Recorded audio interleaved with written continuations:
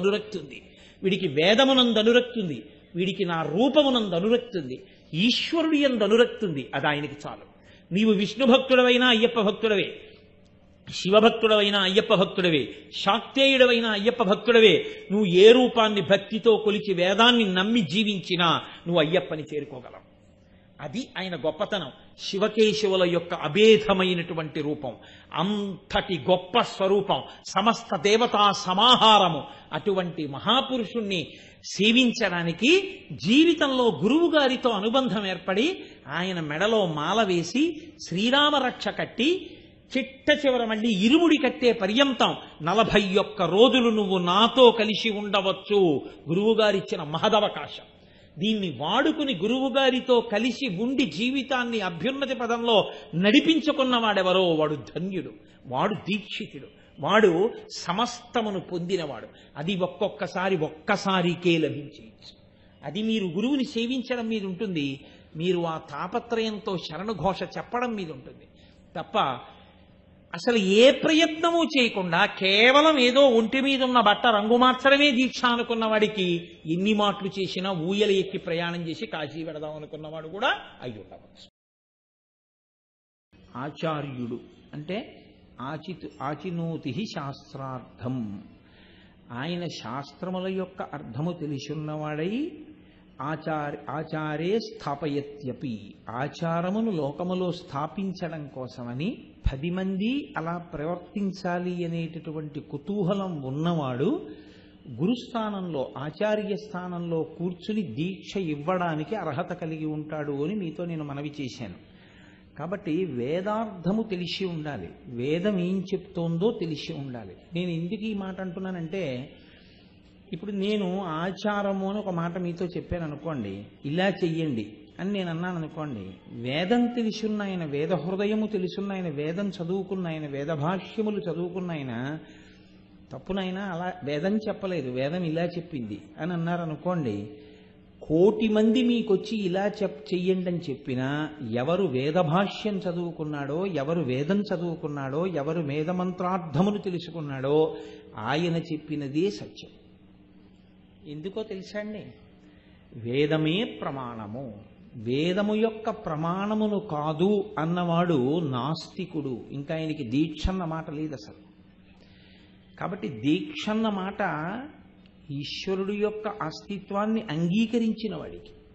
అంగీకరించడము అంటే వేదము యొక్క ప్రమాణమును అంగీకరించినవాడు. వేదము యొక్క ప్రమాణమును అంగీకరించిన వాడైతే వేదం ఏం చెప్పిందో అది చెయ్యడమే తప్ప, వేదం ఇలా చెప్పినా నేను ఇలా చెయ్యకూడదా అన్న మాట అన్నాడనుకోండి, దాన్ని ఏమంటారంటే దుస్తర్కము అంటారంటే చెడు బుద్ధితో కూడిన వాదన. అది అసలు సరి అయిన వాదన కాదు. కాబట్టి దుస్తర్కాస్తు విరమ్యతాం అంటారు శంకరాచార్యుల వారు. దుస్తర్కము చేయవద్దు. నీవు ఎప్పుడూ కూడా వేదో నిత్యమధీయతాం తదుజితం కర్మస్వనుష్ఠీయతాం, వేదమును తెలుసుకుని వేదము తెలుసుకున్న పెద్దల్ని సేవించి వారి వలన నువ్వు విషయాన్ని విని అది ఎలా చెప్పిందో నువ్వు అలా ప్రతిరోజు అనుష్ఠించు. నేను చెప్పే ఉపన్యాసం కేవలం అయ్యప్ప దీక్ష తీసుకున్న వాళ్ళకి అనుకుంటే చాలా పొరపాటు. ఎందుకని అంటే ఇది అయ్యప్ప స్వామి దీక్ష తీసుకున్న వాళ్ళకి మాత్రమే పనికొచ్చేది కాదు. జీవితాన్ని పండించుకుందామనుకున్న ఎవరికైనా పనికొచ్చేవే ఆ దీక్షలోనూ ఉంటాయి. ఆ దీక్షలో ప్రత్యేకంగా వేదం చెప్పని విషయాలు ఏమి ఉండవు. దానికి వేదం ఏం చెప్పిందో అవే ఉంటాయి. మీరు దీక్షలో ఉండి పాటిస్తున్న నియమాలు ఏ దీక్ష లేకుండా ఊపిరున్నంత కాలం మీకన్నా బాగా అనుష్ఠించిన వాళ్ళు ఉంటారు. వాడు నిత్య దీక్షితుడు. అందుచేత అదేదో కొంతమంది ఒక దీక్ష తీసుకున్న వాళ్ళకే ఈ ప్రసంగము అని మీరు అనుకోక్కర్లేదు. ఎవరు అర్హులో, ఈశ్వరుడు ఎవరికి దాన్ని అందించాలనుకుంటున్నారో, ఎవరి జీవితం పండించాలనుకుంటున్నాడో వాళ్ళకి అది అందుతుంది. కాబట్టి ఏ దీక్ష అయినా, అయ్యప్ప స్వామి దీక్షే కాదు, ఏ దీక్ష అయినా నియమముల యొక్క సమాహారముగా ఉంటుంది. ఈ నియమములన్నీ ఎందుకు వస్తాయంటే స్వేచ్ఛా జీవనమును అరికడతాయి. మీ ఇష్టం వచ్చినట్లు మీరు ప్రవర్తించకుండా మీ ప్రవర్తనని నియంత్రించి మిమ్మల్ని ఈశ్వర పదంలో నడిపించేటట్టుగా చెయ్యడం కోసం వచ్చినటువంటి నియమములు అవన్నీ. అందుకే వాటిని ఆచార్యుడు తాను ఆచరిస్తూ మీరు ఆచరించేటట్లు చేస్తారు. దీక్షయందు వస్త్రమునకు చాలా ప్రాధాన్యత ఉంటుంది. చాలా పెద్ద ప్రాధాన్యత దీనికి అంటే వస్త్రమునకే. వస్త్రం చూడ్డానికి చాలా చిన్న విషయంలా కనపడుతుంది, కానీ వేదం వస్త్రం గురించి మాట్లాడడానికి కొన్ని పన్నాలే చెప్పింది. అసలు ఆ వేద మంత్రములను, ఆ మంత్రములకు భాష్యములను మీరు చదివితే వీడి వస్త్రమునకు ఇంత గొప్పతనం ఉందా మనకి తెలియలేదని మీరు ఆశ్చర్యపోతారు. వస్త్రం గురించి చెప్తూ ఆ వేదం ఒక చోట అంది, వస్త్రమునకు ఎంతమంది దేవతలు ఆవాహనయ్యి ఉంటారు అంటే అగ్ని, వాయువు, పితృదేవతలు, ఔషధీ దేవతలు, విశ్వే దేవతలు, ఆదిత్య దేవతలు, నక్షత్ర దేవతలు వస్త్రమునకు ఆవాహనయ్యి ఉంటారు. అందుకే దీక్ష వస్త్రాన్ని తీసుకోవడంతో ప్రారంభం అవుతూ ఉంటుంది. సాధారణంగా సన్యాస దీక్ష అన్నాం అనుకోండి, కొన్ని విడిచిపెడతారు, కొన్ని పుచ్చుకుంటారు. శిఖ పరిత్యాగము, శిఖ తీసేస్తారు. అలాగే ఇప్పటి వరకు కట్టుకున్నటువంటి బట్టల్ని విడిచిపెట్టేస్తారు. నీటి మధ్యలో నిలబడి కాషాయ వస్త్రాన్ని స్వీకరిస్తారు. కాషాయ వస్త్రాన్ని తీసుకున్నాడు, కాషాయ వస్త్రాన్ని కట్టుకున్నాడు అంటే అది ఒక్క సన్యాసికి మాత్రమే ఆ రంగు. సర్వసంగ పరిత్యాగము చేసేశాడు అని గుర్తు. ఇంకా తన కొరకు అని కర్మ చెయ్యడు, ఇక తన కొరకు అని కర్మ ఎప్పుడూ చెయ్యను అంటే కాషాయ వస్త్రం కట్టుకుంటారు. అందుకని కాషాయము అంత పవిత్రత ఎందువల్ల వచ్చింది అంటే ఇక తన కొరకు కర్మ చెయ్యడం అనేటటువంటిది తాను చెయ్యడు. ప్రథమ నియమంగా దేన్ని స్వీకరిస్తాడంటే కాషాయం కట్టుకున్నవాడు ఎట్టి పరిస్థితులలో తన వలన ఏ ప్రాణికి హింస జరగరాదు.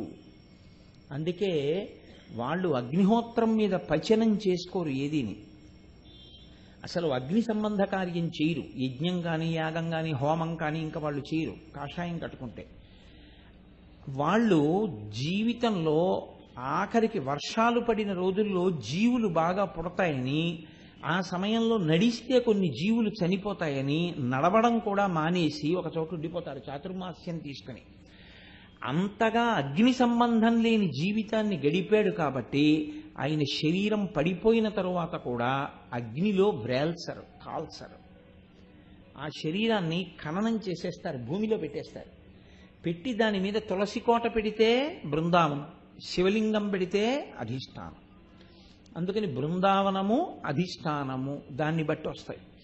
కాషాయము అంత పవిత్రమైనటువంటి వస్త్రము కాబట్టి కాషాయ వస్త్రమును వేరొకరు దాల్చడం అన్న సమస్య ఉండదు. అసలు కాషాయము కేవలము ఆశ్రమమునకు మాత్రమే. అలా మనం కట్టుకునేటటువంటి, ప్రత్యేకించి గృహస్థు కట్టుకునేటటువంటి వస్త్రాన్ని లేదా బ్రహ్మచారి కట్టుకునేటటువంటి వస్త్రాన్ని దేవతలందరూ ఆవహించి ఉంటారు. వస్త్రమును కట్టుకోవడానికి, వస్త్రం కట్టుకుని పని చేయడానికి వేదం కొన్ని నియమాలు విధించింది. స్వాధ్యాయ హోమ దానీషు భుక్త్వా ఆచమనయోస్తథా. ఉత్తరీయం లేకుండా ఎప్పుడూ కూడా ఈ 5 పనులు చెయ్యడాన్ని శాస్త్రం అంగీకరించదు. ఒకవేళ ఎవరైనా ఉత్తరీయం లేకుండా పని చేశారనుకోండి, మహాదోషం కింద వేస్తుంది శాస్త్రం. అంటే ఏమనుకుంటాడంటే నేను బాగా దీక్ష చేస్తున్నాను అనుకుంటాడు. కానీ ఈశ్వరుడు దేని కింద లెక్కలోకి వేస్తుంటాడో తెలుసా అండి? ప్రతిరోజు మహాపరాధం చేస్తున్నాడు అని ఖాతాలో వేస్తాడు. ఎందువల్ల వేస్తాడు అంటే ఒక్కటే కారణం, మీరు దీక్ష చేశారా అన్నది కాదు, దీక్షా నియమములను పాటించారా అన్నది ప్రధానం. మీరు నియమములు పాటిస్తే దీక్ష తప్ప నాకు తెలియదండి అంగీకరించరు. మీరు తెలుసుకు తీరవలసింది, అందుకే గురుముఖత ఇస్తారు. ఆచార్యముఖేనా దీక్ష ఎందుకు ఇస్తారంటే మీరు నియమాలు కనుక్కుని పాటించాలి అని. మీరు కనుక్కుని పాటించకుండా దీక్ష చేస్తే నేను చేస్తానని చెప్పి చెయ్యకపోగా మహాపరాధములు చేసినటువంటి పాపమే పడుతుంది ఖాతాలోకి. ప్రత్యేకించి ఒక సామాన్యుడు ఉన్నాడు అనుకోండి, ఆయనకి తెలియలేదు, తెలుసుకున్నప్పుడు మారాడు, అది పర్వాలేదు. ఒక దీక్షా స్వీకారం చేస్తే మాత్రం గురు సంపర్కం ఉంది, గురువుగారు ఉన్నారు, అడిగి తీరాలి. అడిగి తెలుసుకుని, అందుకే మండలం రోజులు ఇస్తారు, గురువుతో కలిసి ఉండి నేర్చుకో అది. బట్టి స్వాధ్యాయ, వేదం చదువుకుంటున్నా లేదా వేద సంబంధమైనటువంటి దాన్ని వింటున్నా ఎడమ భుజం మీద ఉత్తరీయం లేకుండా వినకూడదు, చదువుకోకూడదు. ఎడమ భుజం మీద ఉత్తరీయం వేసుకుని ఉండి తీరాలి. దాన్ని ఇలా వేసుకుంటానండి, ఇలా తిప్పుకుంటానండి, కుదరదు. ఒక్క ఈశ్వర కార్యం చేసేటప్పుడు ఉత్తరీయాన్ని తిప్పితే ఒక్క కుడి చంక కింద నుంచి తీసి, ఎక్కువ పని కుడి చేతితో చేస్తాం కాబట్టి అడ్డు రాకుండా కుడి చేతిని స్వేచ్ఛగా వదిలిపెట్టడానికి కుడి చంక కింద నుంచి వస్త్రాన్ని తీసి ఎడంభుజం మీదకి వెయ్యాలి. ఎడంభుజం మీద పడాలి తప్ప కుడి భుజం మీదకి కానీ ఉత్తరీయం పడిందో తద్దినం పెట్టేవాళ్ళు చేసే పనితో సమానం. అందుకే యజ్ఞోపవీతాన్ని కుడి భుజం మీదకి తీసుకొస్తే ధర్మోదకాలు ఇస్తారు. ఎడంభుజం మీదకుంది అంటే వాడు మంగళ కార్యంలో ఉన్నాడు అని గుర్తు, ఈశ్వర సంబంధమైన పనిలో ఉన్నాడు అని గుర్తు. ఏమిటంటే ఒక్క ఎడంభుజం మీద తప్ప ఉత్తరీయం ఇంకొకలా వేసుకోవడానికి వీలు లేదు. స్వాధ్యాయమునందు, హోమమునందు, యజ్ఞము కాని యాగము కాని హోమము కాని చేస్తుంటే ఎప్పుడూ ఎడంభుజం మీదే ఉత్తరీయం ఉండాలి. అది అలవాటు అయిపోతుంది కొన్నాళ్ళకి మీరు ప్రారంభం చేస్తే. దానీషు, ఎవరికైనా ఏదైనా సమంత్రకంగా దానం చేస్తుంటే ఉత్తరీయం ఎడంభుజం మీద ఉండాలి. భుక్త్వా, అసలు చాలామంది 195 మంది దీక్షితులు ఈ నియమాన్ని పాటించరు. నేను లోపలికి వెళుతూ ఉంటాను, అప్పుడప్పుడు వెళుతున్నప్పుడు నేను చూస్తూ ఉంటాను. వారికి తెలియకపోవడం దోషం అని నేను అన్ను, కానీ వారు తెలుసుకు తీరాలి అని నేను అంటాను.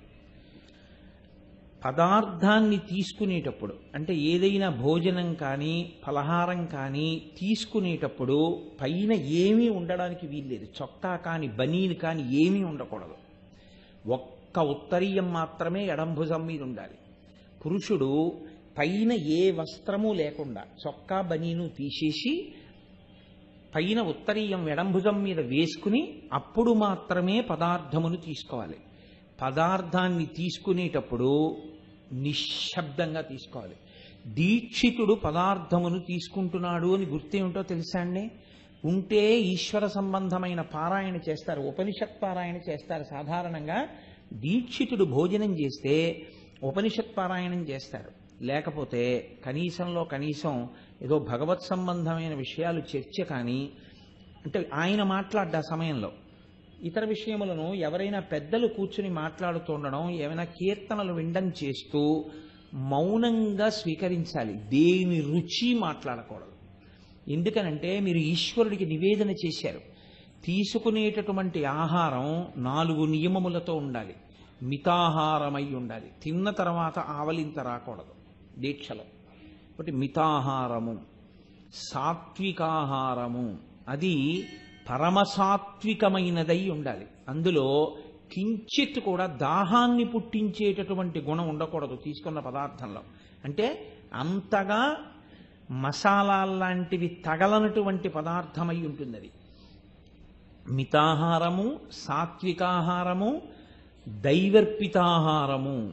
ఈశ్వరుడికి నివేదన చెయ్యకుండా తీసుకోకూడదు. యజ్ఞోపవీతం ఉన్నవాళ్ళైతే సత్యం తత్వేన పరిశించామి అని నివేదన మంత్రం చెప్పి నీళ్లు తిప్పి ప్రారంభం చెయ్యాలి. యజ్ఞోపవీతం లేకపోతే ఈశ్వరుడికి దాన్ని అర్పణ చెయ్యాలి. పరమేశ్వరుడికి ముందు సమర్పణం చేసి ఆ తర్వాత ఈశ్వరోచ్ఛిష్టంగా మీరు దాన్ని తీసుకోవాలి. అది పరమేశ్వరుడు చూసి చెయ్యి వేసి విడిచిపెట్టిన పదార్థము. సర్వేశ్వరుడే తిన్నాడు, ఉప్పు తక్కువైందో కారం ఎక్కువైందో నీకెందుకు ఇప్పుడు దాని సంగతి? అందుకే పూర్తిగా అయిపోయేంత పర్యంతము రుచి విషయం మాట్లాడకూడదు.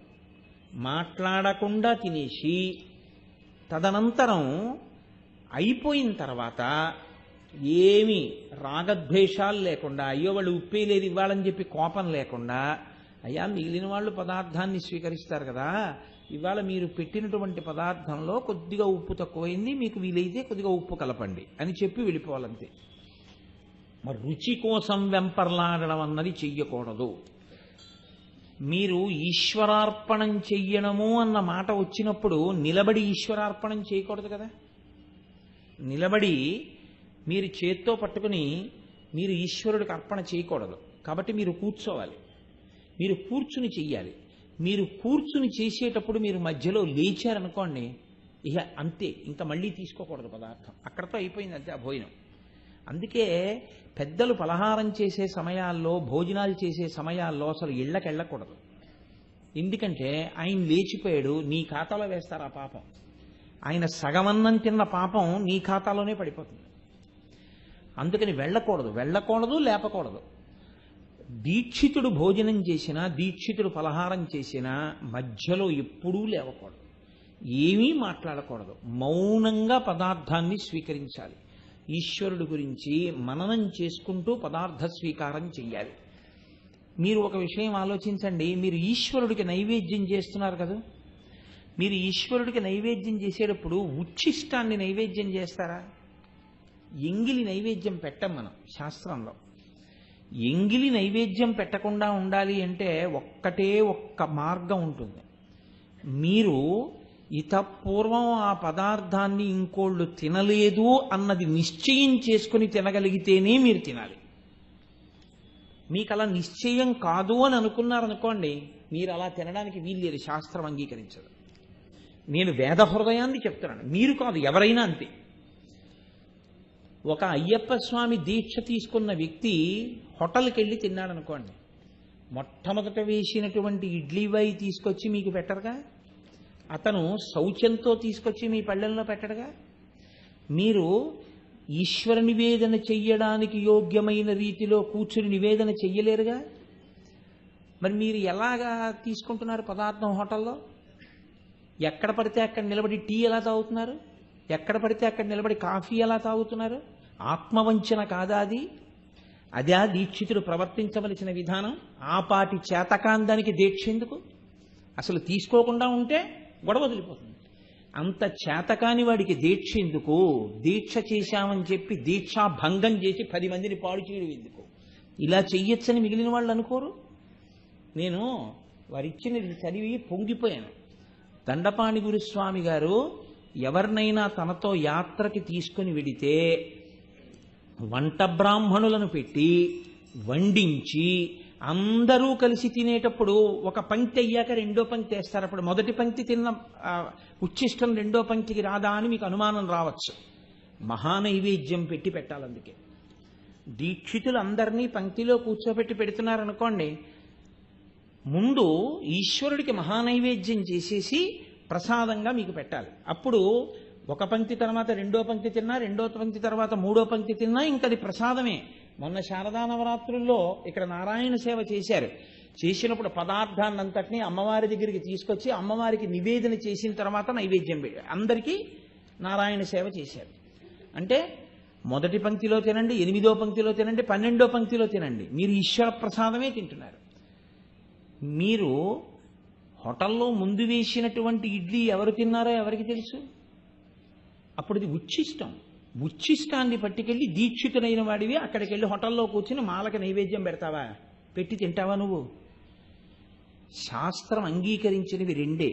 ప్రాణం పోతుంది, నేను అలివిమాన్య పరిస్థితిలో చిక్కుకుని ఉండిపోయాను, ఏం చెయ్యాలి అన్న పరిస్థితి ఏర్పడితే మినహాయింపు రెండిటికే ఉంది. ఒకటి పండు, 2 పాలు. వీటికి దోషం రాదు. రాశిలోంచి ఓ పండు తీసి 10 పళ్ళంతకు ముందు తిన్నా 11వ పండు మీరు తిన్నా దానికి ఉచ్ఛిష్ట దోషం పట్టుకోదు. అలాగే పాలకి ఉచ్ఛిష్ట దోషం ఉండదు. పాలు తీసుకోవచ్చు, పండు తీసుకోవచ్చు. వినా అది కూడా ఆ రెండు కూడా కూర్చుని మాత్రమే తీసుకోవాలి తప్ప అసలు నిలబడి తీసుకోవడం అనేటటువంటిది శాస్త్రంలో లేనే లేదు. ఎందుకో తెలుసా అండి? ద్వైపములు అంటుంది వేదం. ద్వైపం అంటే రెండంచెల మీద తీసుకుంటాయి కొన్ని ప్రాణులే. ఒకటి కోతి, 2 ఏనుగు, 3 మనుష్యుడు. వీళ్ళు ముందు చేత్తో పట్టుకుని తర్వాత నోట్లో పెట్టుకుంటారు. చేత్తో పట్టుకుని నోట్లో పెట్టుకునేటటువంటి ప్రాణులలో మళ్ళీ ఉత్కృష్టమైన ప్రాణి మనుష్యుడు ఎందుకయ్యాడంటే కూర్చుని స్వీకరిస్తాడు. నిలబడి స్వీకరించడం అసలు శాస్త్ర విరుద్ధం. నిలబడి తినడం అన్నది లేదు, కూర్చునే తింటారు. కాబట్టి ఎక్కడో ఎవరో ఎప్పుడో ఏదో తిన్నారండి, అలా పెట్టారండి, దోషం అది. ఎవరో ఏదో చేస్తే అదేదో సత్యం అయిపోయి అది కరెక్ట్ అయిపోయింది ఏం కాదు, అది తప్పే. అది ఎవరో చేస్తే ఒప్పుకోవడానికి ఏం లేదు. నేనే చేసినా మీకు ఎప్పుడైనా నేను నిలబడి తింటూ కనపడ్డాను అనుకోండి, కోటేశ్వరరావు గారు తిన్నారు కాబట్టి అని మీరు అనకూడదు. కోటేశ్వరరావు గారు ఈ పూట ఈ క్షణంలో తప్పు చేసి ఉన్నాడు అని మీరు అనవలసి ఉంటుంది. అంతే అంతే. నేను ఎప్పుడైనా నిలబడి తింటే ఆ పూట నేను తప్పు చేసిన వాడను, అంతేకాని నేను ఒప్పు చేసిన వాడను కాను. ప్రాయశ్చిత్త కర్మలు ఎంత భయంకరంగా ఉంటాయో తెలుసా అండి దోషం చేస్తే. కాబట్టి ఆహార పదార్థ స్వీకారం అనేటటువంటిది అత్యంత పవిత్రంగా ఉండాలి. నేను మీకు ఇంకొక విషయం మనవి చేస్తున్నాను. మీరు నేను చెప్పింది అబద్ధము అనుకుంటే మీరు వెళ్ళి వేదమంత్రాలని పరిశీలనం చేయండి. యజమాని అంటే పురుషుడు బయటికి వెళ్ళి ఏదైనా కష్టపడి ద్రవ్యాన్ని తీసుకొచ్చి రాజద్వారాన్ని దాటి లోపలికి వచ్చాడనుకోండి జేబులో పెట్టుకుని, ఆ డబ్బు ఎవరిదో తెలుసా? మీది కాదు, మీ ఇల్లాలిది. శాస్త్రంలో మీ ఇంటిలో ఉన్న సమస్త ఐశ్వర్యము ఆవిడిది, ఆవిడ యజమానురాలు. అందుకే ఇల్లాలు అంటారు. ఇల్లాలు అంటే ఇప్పుడు మా ఇంట్లో కుర్చీలు ఉన్నాయి, నావి కావు శాస్త్రంలో, అవి నా భార్యవి. నేను సంపాదించినా కూడా నేను జేబులో పెట్టుకుని గడప దాటి లోపలికి రాగానే అది ఆవిడిదే. మా ఆవిడికి చెప్తే ఇవ్వనివ్వదండి అని నేను 10,000 రూపాయలు తీసుకెళ్లి బీరువాలో జాగ్రత్తగా ఒబ్బిడిగా దాచి మళ్ళీ మా ఆవిడికి తెలియకుండా 10,000 పట్టుకెళ్ళి ఎవరికో ఇచ్చారనుకోండి ఉపనయనం చేసుకోమని, ఇప్పుడు ఆ పుణ్యం నా ఖాతాలో పడుతుందా మా ఆవిడ ఖాతాలో పడుతుందా అంటే వేదం ఏం చెప్పిందో తెలుసా? ఇద్దరికీ సగం సగం అంది. ఆవిడ డబ్బే పట్టుకెళ్ళి ఇచ్చావు. ఆవిడ ఒప్పుకుందా ఒప్పుకోలేదా వేరు, గడప దాటి లోపలికి వెళ్ళావు ఆవిడిదే. బయట పెట్టి లోపలికి వెడతానని అంటావేమో, నువ్వు లోపలికి వెళ్ళి బయటికి వచ్చావు. కాబట్టి అన్నీ ఆవిడవే, ఇల్లాలివే. ఆవిడ స్థానం లక్ష్మీ స్థానం అండి మీ జీవితంలో, గృహస్థాశ్రమంలో. అందుకే పీటల మీదకి నడిచి మగవాడెడతాడు, ఆడది పీటల మీదకి నడిచి రాకూడదు. ఆడపిల్ల ఎంత లావుగా ఉండనివ్వండి నడిచి పీటల మీదకి రాకూడదు. ఎందుకంటే ఆయన జీవితంలోకి లక్ష్మి నడిచి రాదు. లక్ష్మి అంటేనే పెద్ద ఐశ్వర్యం. ఆవిడ నడిచి రావడం ఏమిటి? ఆవిడ తామర పువ్వులోనే వస్తుంది. అందుకే మేనమామలు తామర పువ్వు లాంటి గంపలో పెట్టి ధాన్యం పోసి కూర్చోపెట్టి తెచ్చి పీటల మీద పెడతారు. కాపరానికి తీసుకెళ్లేటప్పుడు అతనికి వాహనం లేకపోతే ఉత్కృష్టమైన సేవ ఏమిటో తెలుసా అండి? మీకు కారు ఉంటే కొత్తగా కాపరానికి వెళ్ళే వాళ్ళకి కారు ఇవ్వాలి, తీసుకెళ్ళవా మీ ఆవిడ్ని కాపరానికి. వాహనంలోనే తీసుకెళ్ళాలి కాపరానికి. మొట్టమొదట ఇల్లాలని తీసుకెళ్లేటప్పుడు మొట్టమొదటి చెప్తాడు, జీలకర్ర బెల్లం పెట్టేటప్పుడే చెప్తాడు, ఇక నీవు యజమానురాలివి ఇంటికని చెప్తాడు. అన్నీ ఆవిడవి. ఆవిడికి మీరు అగ్ని సమక్షంలో ఒక మంత్రం చెప్పి ఆవిడ్ని స్వీకరించారు. ధర్మేచ, ధర్మమునందు నిన్ను నేను అతిక్రమించను అని చెప్పారు. మీరు ధర్మాన్ని పట్టుకుంటున్నారు. ఈశ్వరుణ్ణి చేరడానికి ధర్మముల యొక్క సమాహారమే దీక్ష. మీ ఆవిడికి అందులో భాగం లేదని ఎవడు చెప్పాడు మీకు? మీరెవరు తీసేయడానికి? అసలు చెప్పగలిగిన మొనగాడెవరు? వేదం కన్నా గొప్పది లేదని నేను మీకు ముందే చెప్పానుగా. ఎవరూ సరిపోరు. ఒకవేళ ఎవడైనా నేను సరిపోతాననుకుని చెప్తే వాడు తప్పు చెప్తున్నాడు తప్ప వాడు చెప్పింది సత్యం అవదు. ఎందుకంటే వేదమా సత్యం, నువ్వా సత్యం చెప్పేది? నువ్వు చెప్పింది సత్యం అవదు, వేదం చెప్పింది సత్యం అవుతుంది. వేదం ఈశ్వరుడు ఊపిరి. ధర్మమునందు నువ్వు నిలబడినప్పుడు నీకు పరిచర్య నీ భార్యయే చెయ్యాలి. ధర్మేచా నువ్వు స్వీకరించావు, ఆమె నీకు పచనం చేసి పెడుతుంది. ఏమిటి నీకు కష్టం? నీకేం కష్టం ఉండదు. ఆవిడ అందుకే ఉంది. ఆవిడ ఎలా తరిస్తుంది? మీరు బాగా జ్ఞాపకం పెట్టుకోండి, ఆడదానికి పూజ లేదు శాస్త్రంలో. ఆడదానికి పూజ లేదు. నేను యథార్థం చెప్తున్నాను మీతో. ఆడవాళ్ళకి నిత్య పూజ లేదు. అందుకే మీకు సంకల్పాలన్నీ ఏమనుంటాయో తెలుసా అండి? ఆత్రేయస గోత్రస్య కోటేశ్వరరావు శర్మనామధేయస్య ధర్మపత్ని సమేతస్య అని ఉంటుంది పక్కన. ఏ సంకల్పం చూడండి, ధర్మపతి సమేతస్య అని ఉండదు. ధర్మ పత్ని సమేతస్య అని ఉంది అంటే అర్థం ఏంటి? మొగాన్ని చేయమనా ఆడదాన్ని చేయమనా పూజ? యజమాని చెయ్యాలి. నా భార్య, నా బిడ్డలు, నా ఇల్లు అందరూ సంతోషంగా ఉండాలని పూజ చెయ్యవలసిన వాడు మగవాడు. వాడు చెయ్యడం మాని ఒళ్ళు కొవ్వెక్కి తిరిగితే ఆడది చేస్తే ఆయనకి ఎయిరు ఫలితం, ఆవిడికే వేస్తాడు. నేను ధర్మశాస్త్రం చెప్తున్నానండి, నేనేం అబద్ధం చెప్పట్లేదు. యజమాని చేశాడనుకోండి, ఆయన చేసిన దాంట్లో సగం ఆవిడికేస్తారు. మీరు చేసిన దీక్షలో మీరు ఇంటికి వెళ్ళినా వెళ్ళకపోయినా సగం ఫలితం ఆవిడిది. మీరు సరిగా చేయకపోయినా సరిగా చేస్తే ఎంత ఫలితమో అంత ఫలితం ఆవిడికేస్తారు. తప్పులు ఏమైనా ఉంటే మీకేస్తారు. అంతే ధర్మశాస్త్రం అండి. అలా ఎందుకని అడిగారు? ఎందుకని చెప్పిందో తెలుసా అండి వేదం? అసలు నీ శరీరం ఉంటే కదూ నువ్వు పూజ చేయడం. నువ్వు వెళ్ళి పూజ చేసుకుంటుంటే బయటికి వచ్చేటప్పటికి నీకు ఇడ్లీ పెట్టింది ఎవరు? మీ ఆవిడ కదూ. నువ్వు పూజ చేసుకుంటుంటే నీకు నైవేద్యం తెచ్చిపెట్టింది ఎవరు? మీ ఆవిడ కదూ.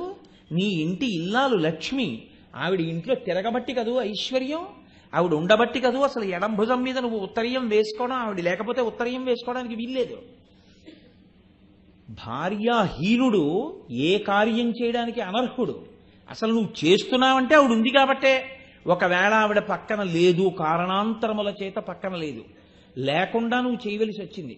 అత్యంత భయంకరమైన ప్రదేశం, అక్కడికి ఆడవాళ్ళని తీసుకెళ్ళడం కూడా కుదరదు అన్నారనుకోండి. నేను ఒకప్పుడు అటువంటి ప్రదేశానికి దానికి వెళ్ళి ఒక కార్యం చేయవలసి వచ్చింది.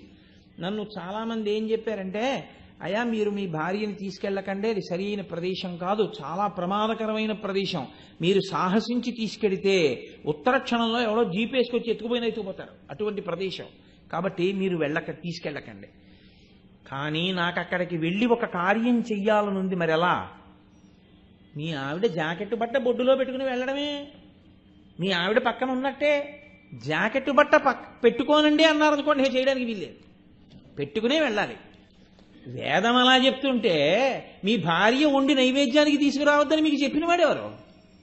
అలా చెప్పడానికి సరిపోయేవాడు ఎవరు? అసలు ఆవిడ లక్ష్మీ స్వరూప, ఆవిడ వండి తెచ్చి పెడుతుంది, మీరు నివేదన చెయ్యాలి.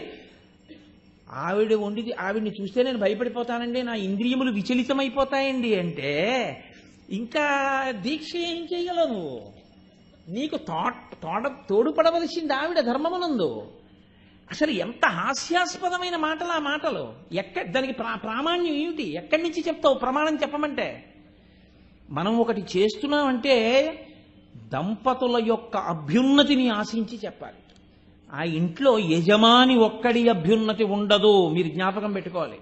యజమాని అభ్యున్నతి అంటే యజమానురాలి అభ్యున్నతి కూడా. మీరు దీక్ష తీసుకుని 40 రోజులు ఎక్కడో ఊళ్ళోనే భోజనాలు చేశారనుకోండి, మీ పీఠం మాట ఏమిటి? దానికి మహానైవేద్యం ఎవరు పెడతారు? మహానైవేద్యం పెట్టి మీరు తినకుండా వెళ్ళిపోతే ఈశ్వరోచ్ఛిష్టం మిగిలిపోతే దోషం ఎవరిది? మహానైవేద్యం పెట్టారు, ఇంట్లో భోజనం చేయరు, ఎక్కడికో వెళ్ళి భోజనం చేస్తున్నారు. అప్పుడు మీ ఇంట్లో పెట్టకపోతే పీఠానికి మహానైవేద్యం లేదు, పెట్టి వదిలిపెట్టి ఎక్కడికో వెళ్ళి భోజనం చేస్తే మీరు పరాన్న భుక్కు, మీరు మహానైవేద్యోష్టిష్టాన్ని విడిచిపెట్టేశారు. ఎలా? అందుకే పీఠం పెట్టి పూజ చేస్తే ఇంట్లోనే భోజనం చేయాలి. 99.9% కూడా ఇంట్లో పీఠానికి మహానైవేద్యం పెట్టుకుని ఇంట్లోనే మహానైవేద్యం ప్రసాదాన్ని తీసుకోవడం సర్వశ్రేయస్కరము. అలాగే చెయ్యమని శాస్త్రాలు చెప్తున్నాయి తప్ప దీక్ష అంటే ఏదో ఒక రంగు బట్టలు వేసేసుకుని ఏం చేసేసినా చలామణి అయిపోవడం దీక్ష కాదు. ఏం చెయ్యాలో అది చేస్తేనే దీక్ష. ఎలా చేసినా చలామణి అయిపోతుంది అనుకుంటే చేస్తున్న దోషాలు చూసేవాడు కూడా వాడున్నాడు, వాడు ఇవన్నీ కూడా లెక్క పెట్టుకుంటాడు. నేను అలాగే చెప్తానని తెలిసే నన్ను ఇక్కడ కూర్చోమన్నారు, అలాగే మాట్లాడతాను అది.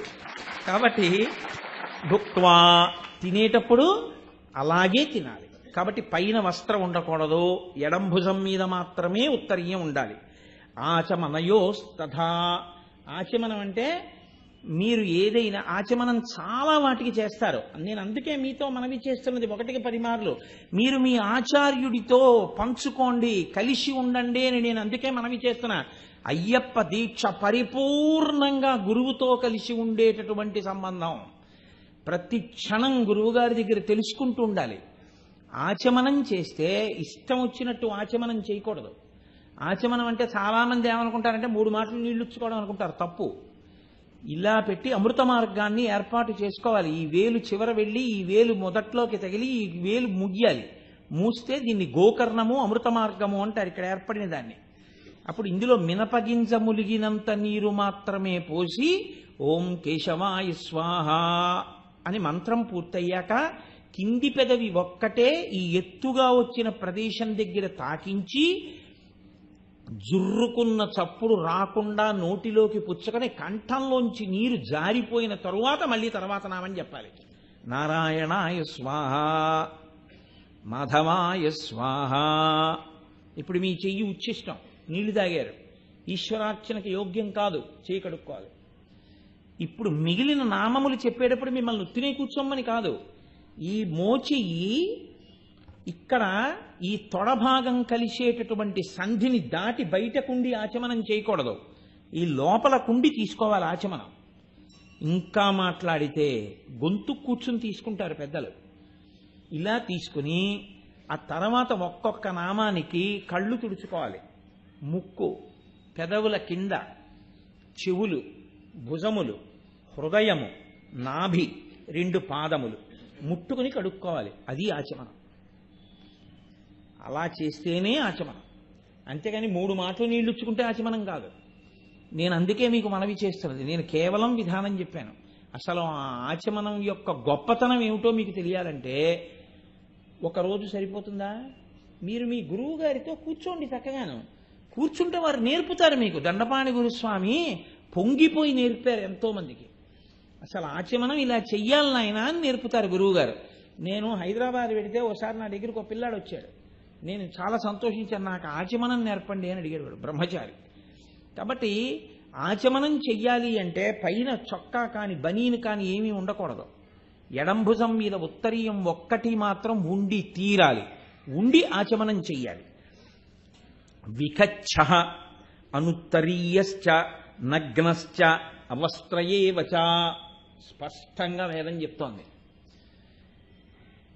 పంచగా అంటే అంచులను యువతలి అంచును తీసి ఒక పక్కకి పెట్టి 5 చోట్ల నొక్కితే పంచకట్టు అంటారు. వెనక్కి ఒక అంచు తీసి కుర్చీళ్లు పెట్టి గోచి అంటారు. అంటే ముందు నుంచి వెనక వరకు తిరిగి కుర్చీళ్లు వెనక భాగంలో దోపుకోకుండా కేవలం లుంగీ కింద కట్టుకుని దీక్షితుడు తిరిగితే వాడు ఎలా ఉన్నాడని అయ్యప్ప స్వామి వేసుకుంటారో తెలుసా? వాడు నగ్నంగా గుళ్ళో తిరిగిన వాడి ఫలితం వేస్తారు. వాడి నేను మన్నింపబడిదను గాక. నేను యథార్థం చెప్తున్నాను. నేను మీకు అనుమానం ఉంటుందనే మంత్రభాగం కూడా తీసుకొచ్చి చెప్తున్నాను. కాబట్టి వికచ్చ, వికచ్చ అంటే గోచీ పోసి కట్టుకోనివాడు, అంటే లుంగీలు కట్టుకు తిరిగేవాడు.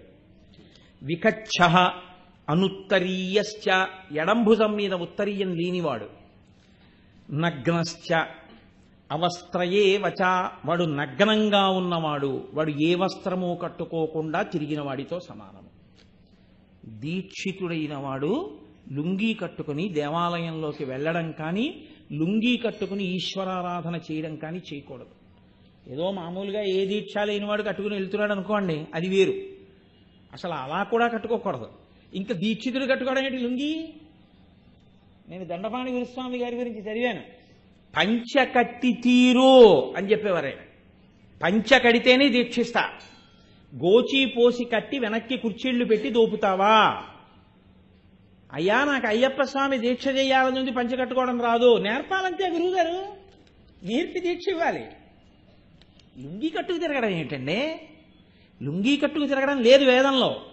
కాబట్టి వికచ్చ అనుత్తరీయశ్చ నగ్నశ్చ అవస్త్రయేవచ శ్రౌతం స్మార్తం తథా కర్మన నగ్నశ్చింతయేదితి తీర్పు చెప్తోంది వేదం. శ్రౌతం అంటే వేదమంత్రములతో కూడినటువంటి ఏ పనికైనా, అంటే ఆచమనం చెయ్యడంతో ప్రారంభం చేసి స్మార్తం, స్మార్తం అంటే స్మృతులు చెప్పిన వాటికి స్మార్తం అంటారు. శ్రౌతం అంటే శృతి చెప్పింది. శృతి చెప్పినవి కాని స్మృతి చెప్పినవి కాని తథా కర్మన నగ్నశ్చింతయేదితి. బట్టలు కట్టుకోకుండా గుడలిప్పు కూర్చున్న వాడితో ఆచమనం ఏమిటి, పూజలు చేయించడం ఏమిటి? మహాదోషం. కాబట్టి అసలు వాడిని పూజలోకి తీసుకోకూడదు, వాడిని కూర్చోపెట్టకూడదు. నగ్నో మలినవస్త్ర స్యాత్, దుర్వాసన వచ్చేటట్టుగా బట్ట వాసన వచ్చేటట్టుగా ఉన్నటువంటి బట్ట కట్టుకుని ఈశ్వరుడి యొక్క ఆరాధన చెయ్యకూడదు. నగ్నశ్చార్ధ్రపట, తడిబట్ట కట్టుకుని గుళ్ళోకి వెళ్ళినా తడిబట్ట కట్టుకుని పూజలోకి కూర్చున్నా వాడు బట్టలు ఇప్పుకుని పూజకు కూర్చున్నట్టు లెక్కలో వేస్తారు. ఆర్ధ్రపట స్మృత నగ్నస్తు దగ్ధవస్త్ర స్యాత్, పొరపాట్న ఒక అగరవత్తు ఇలా తిప్పుతుంటే దాని నిరుసు ఒకటి వస్త్రం మీద పడి కన్నం పడింది, వెంటనే వదిలిపెట్టేయాలి దాన్ని. అసలు ఇంట్లో ఉంచుకోకూడదు, దాన్ని తీసేయాలి. ఎందుకో తెలుసా అండి, ఆ వస్త్రం మళ్ళీ కట్టుకున్నారనుకోండి మీరు నగ్నంగా ఉన్నట్టే లెక్క ఇంకా శాస్త్రంలో. అది పొరపాట్న కానీ కట్టుకుని మీరు ఆచమనం చేయడం కానీ అది కట్టుకుని ఏమైనా మంచి పని కానీ చేస్తే మీరు బట్ట లేకుండా చేసినటువంటి పాపం వేస్తారు ఖాతాలో, తప్ప మీరు మంచి పని చేశారని వెయ్యదు వేదం, ఈశ్వరుడు వెయ్యడు. కాబట్టి నగ్న స్యూతపటస్తథా, కొంచెం జాగ్రత్తగా వినండి. వస్త్రాన్ని తీసుకొచ్చి కత్తెరతో కత్తిరించి దర్జీ మిషను మీద కుట్టినటువంటి బట్టని వేసుకుని తిరిగినవాడు బట్ట విప్పుకు తిరిగినవాడే. కాబట్టి దీక్షాస్వీకారం చేశాడు అంటే ఏమిటి దాని అర్థం? ఒక్క కార్యాలయానికి వెళ్ళడం అలాంటి వాటికి మినహాయింపు ఏమో కొంతవరకు మీరు ఈశ్వరుణ్ణి క్షమార్పణ కోరుకుని చేయవలసి ఉంటుంది మీ గురువుగారు అనుమతితో, తప్ప దేవాలయాల్లోకి భోజనశాలల్లోకి పూజా మంటపాల దగ్గరికి చొక్కాలు వేసుకు తిరగమని వేదంలో లేదు. చొక్కా వేసుకుని లోపలికి వెడితే, చొక్కా వేసుకుని ఈశ్వర కార్యం చేస్తే, ప్రత్యేకించి దీక్షితుడు వాడు నగ్నంగా చేయడానికి సిద్ధపడిన వాడని లెక్క. నేను దండపాణి గురుస్వామి గారి గురించి చదివాను. ఎన్నడూ కుట్టిన బట్ట వేసుకుంటానంటే ఆయన దీక్ష ఇచ్చేవారు కాదు. కుట్టిన బట్ట వేసుకోకుండా ఉంటావా 41 రోజులు? ఉంటానండి, వాళ్ళకే ఇచ్చేవారు ఆయన దీక్ష. కాబట్టి దీక్షితులు కుట్టిన బట్టలు వేసుకోకూడదు ఏ కార్యాలయం వరకు, అంతే. ఈశ్వర కార్యం దగ్గరికి వెడుతున్నారు, ఆచమనం, భోజనం, పూజ, ఈశ్వర సంబంధమైన పూజలో వస్తువులు ముట్టుకోవడం, ఏం చేసినా ఇవి తీసేసి ఉత్తరీయం కింద వేసేసుకోవాలి, ఎడంభుజం మీదకి తిప్పేసేయాలి, తిప్పి వేసుకోవాలి. కాబట్టి సదశం, దీక్షితుడు కాదు ఎవరైనా సరే వస్త్రం కట్టుకుంటే అంచులేని బట్ట కట్టరాదు. ప్యాంట్ వేసుకున్నవాడికి అంచు ఎక్కడి నుంచి వస్తుంది? అంచు ప్రశ్న ఎక్కడుంది? ఉత్తర క్షణం దీక్షాభంగమే. అది దీక్షలో ఉన్నట్టు లెక్క కాదు, వాడు దీక్షని విసర్జించిన వాడితో సమానం, లేదా ఘోరమైనటువంటి దోషం. నీకు ఇవన్నీ చేసే ఓపిక లేదు, నిన్నెవరు చేయమన్నారు? నీకు చేద్దామనుంది, చేస్తానంటేనే చెయ్యి, చెయ్యలేను చెయ్యవద్దు. నీకు చొక్కా విప్పి బనీని విప్పి నువ్వు పల్లకి పట్టావు ఈశ్వరుడిది, స్వామివారి జ్వాలాతోరణం కింద నుంచి తిరిగితే మానేసేయి, కింద నుంచి మామూలుగా తిరుగు. నీకు ఈశ్వరుడి కన్నా ఈ దిక్కుమాల శరీరం ఏం కాదు. ఒకనాడు తీసుకెళ్లి అగ్నిహోత్రం మీద పెడితే ఈ పైదంతా కాలిపోతుంది. కాళ్ళు తీసుకెళ్లి కాల్చేసేటప్పుడు శవాన్ని కిందకి పెడతారు. ఎందుకనంటే ముందు తల పగిలిపోవాలి, బ్రహ్మస్థానం పగిలిపోతే తప్ప వచ్చిన వాళ్ళు వెళ్ళరు స్నానం చేసి. అందులో తల బాగా కాలిపోవడానికి వీలుగా పెడతారు, చితి మీద పెట్టి కాళ్ళు బయటికి పెడతారు. బ్రహ్మస్థానం పగిలిపోతుంది, ఈ కాళ్ళు మాత్రం ఉండిపోతాయి. కాళ్ళు కనపడుతుంటే ఇంకా కాలుతూ ఉండడం వల్ల ఈ పైనంతా కాలిపోతుండడంలో అరికాళ్ళల్లోంచి నీళ్లు ఉబుకుతుంటాయి. ఆఖరిని ఏం చేస్తారో తెలుసా అండి? ఇక్కడ వరకు కాలిపోయింది కదా, ఈ కాళ్ళు తిప్పి ఇలా వెనక్కి పడేస్తారు, కర్ర ముక్కలు పడ్డట్టు పడిపోతాయి అంతే. ఇక్కడ వరకు కాలిపోయింది కదా, వెనక్కి మడవక్కర్లేదు, ఎత్తి కర్రతో అలా పడేస్తారు. పడేశారంటే ఇంచుమించు శరీరం అంతా దగ్ధమైపోయిందని గుర్తు. ఆఖరణ కాళ్ళు పడేస్తారు లోపలికి. ఆపాటి దానికి, ఆపాటి శరీరానికి, ఆపాటి దేహానికి దేనికి విర్రెక్కిపోతున్నావు? ఈశ్వరుడి దగ్గరికి చొక్కా ఇప్పడానికి. అంత తాపత్రయం ఉన్నవాడికి నీకు ఈశ్వరుడి గురించి ఏమర్థం అవుతుంది అనుకుంటున్నావు అసలు? ఇంకా నువ్వు భగవంతుడి పల్లకి ఏం పట్టగలవు చొక్కా విప్పి? నువ్వు ఈశ్వరుడి దగ్గర ఏం నిలబడతావు చొక్కా విప్పి? అంత శరీర వ్యామోహం ఉన్నవాడికి దీక్ష ఎందుకు? ఇవి విసర్జించగలిగితే, అలా నిలబడగలిగితే వాడు 18 మెట్లు ఎక్కడానికి అర్హుడు. 41 రోజులు శరీరం మీద వ్యామోహం వదలగలిగితే వేసుకున్న నల్లబట్టకు అర్థం. నల్లబట్ట ఒక్కటి కట్టి లోపలవన్నీ ఏమీ వదలని దానికి ఏం వదిలేవని నువ్వు దీక్షితుడివన్నీ నిన్ను పిలవను. శాస్త్రం అంగీకరించద్దు. కాబట్టి సదశం అంచు ఉండి తీరాలి వస్త్రానికి. అందున ప్రత్యేకించి దీక్షితులు చాలా జాగ్రత్తగా కట్టుకోవాలి. అంచు ఉన్న బట్ట మాత్రమే కట్టాలి. అఖండం కట్టుకున్న బట్ట ఎన్నడూ చీల్చబడినది కాకూడదు. అందుకే మీరు చూడండి, కత్తెరతో బ్లేడుతో కొయ్యవలసిన అవసరం లేకుండా ఉత్తరీయం వేరుగా ఉంది అని గుర్తేమిటో తెలుసా అండి? రెండిటికి మధ్యలో నేత దూరం పెట్టేస్తారు. దాన్ని వేలుతో ఇలా అన్నా సరే ఊడిపోతుంది ఉత్తరీయం. తప్ప ఒక వస్త్రాన్ని తెచ్చి ముక్కలు చేసి రెండు చొక్కాలు కుట్టించడమో ఏదో చేశారనుకోండి, అందులో కొన్ని ముక్కలు కత్తిరించి చొక్కా కుట్టడం ఏదో చేశాడనుకోండి, ఇక అది దీక్షకు పనికిరాదు. దీక్ష ఎందు మీరు ఆ దీక్ష ఎందు ఏంటండి, తెలియక కొత్త బట్టలు పట్టుకెళ్ళి ఈశ్వరుడి దగ్గర పెడుతుంటారు చొక్కాలు అవి. అలా పెట్టకూడదు. కొత్త బట్టలకి లక్ష్మీ కటాక్షంగా ఓ పసుపు చుక్క పెట్టుకుని కట్టుకోవడమే. మీరు ఈశ్వరుడి దగ్గర పెట్టాలి అంటే ఒక్క పంచ ఉత్తరీయం మాత్రమే పెట్టాలి తప్ప ఇతరములను పెట్టుకోకూడదు. కాబట్టి పంచ కట్టుకోవడం అంటే గోచీపోసి కుర్చీళ్ళు పెట్టి పంచ కట్టుకోవడం, లుంగీలు కట్టుకుని దీక్షలు తిరగడం పంచ కట్టుకోవడం కాదు. కాబట్టి శ్రద్ధగా ఉండాలనుకుంటే ఉత్తరక్షణం పంచ కట్టుకోవడం నేర్చుకోండి. కాబట్టి సదశం అఖండం చీల్చబడనటువంటి బట్టను మాత్రమే కట్టుకోవాలి తప్ప ఎలా పడితే అలా బట్ట కట్టుకుని దీక్షితుడు అసలు తిరగరాదు. సరే, ఇంకా నేను ఇంతకన్నా చెప్పాను అనుకోండి, ఇతర విషయాలు ఏమైనా స్పృశిస్తే మీరందరూ కొంచెం బాధపడే అవకాశం ఉంటుంది. కాబట్టి నేను స్పృశించను. ఇంకా నేను మీతో మనవి చేసే విషయాన్ని ఒక్కటి బాగా జ్ఞాపకం పెట్టుకోండి. నాకు వ్యగ్రత లేదు, నాకేమీ కోపం లేదు, నేను ఎవరి యందు దోషం పట్టాలనేటటువంటి ప్రయత్నం ఉన్నవాడని అసలు కాను. నా ప్రయత్నం వల్ల ఒక్కటే.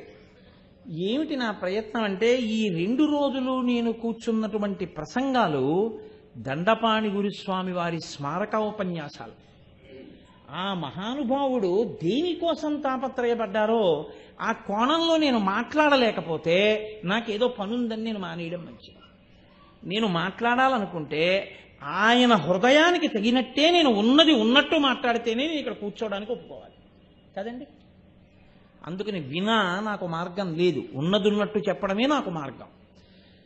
అందుకే నేను మీతో మనవి చేస్తున్నాను, అయ్యప్ప స్వామి దీక్ష తీసుకుంటే 40 రోజుల్లో అయిపోతుందనుకోవడం కన్నా మూర్ఖత్వం ఇంకొకటి లేదు.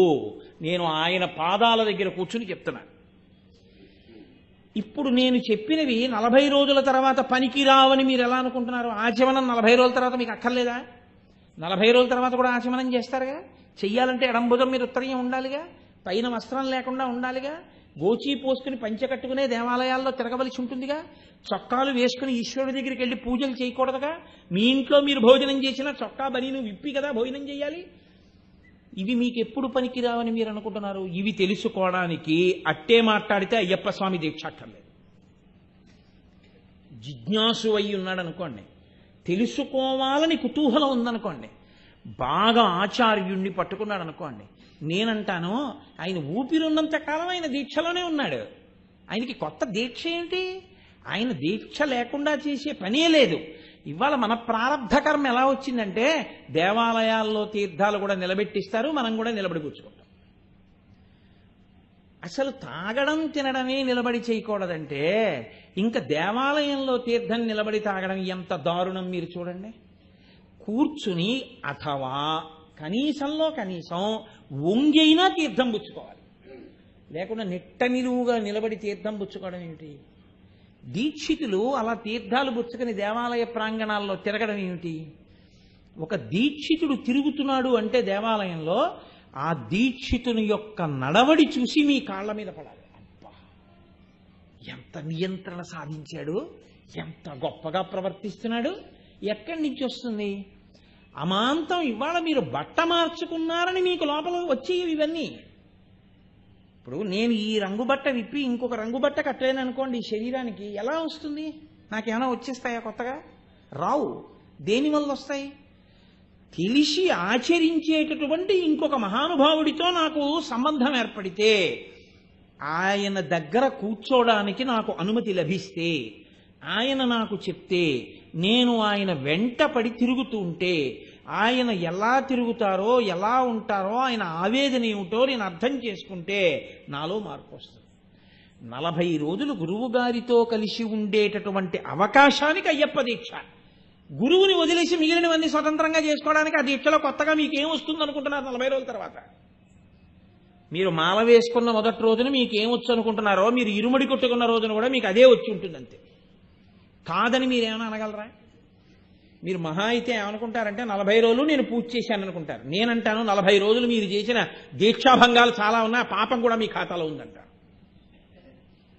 కాబట్టి కేవలం దీక్ష చేసేశాను కాదు, గురువు గారితో కలిసి ఉండి గురువు గారి దగ్గర నేను ఎన్ని నేర్చుకున్నాను, ఎన్నిటిని నేను మార్చుకున్నాను, ఎన్ని మెట్లు ఎక్కగలుగుతున్నాను, దీని మీద ఎక్కువ ఆ సాధన పెట్టుకోవాలి. అందుకే అయ్యప్ప స్వామి దీక్షకి సంబంధించినంత వరకు గురువు గారితో ఒక 3 సత్యం 3 పర్యాయములు వెళ్ళి వచ్చాడు అంటే ఆయనకి చాలా విషయాలు తెలిసి ఉంటాయి.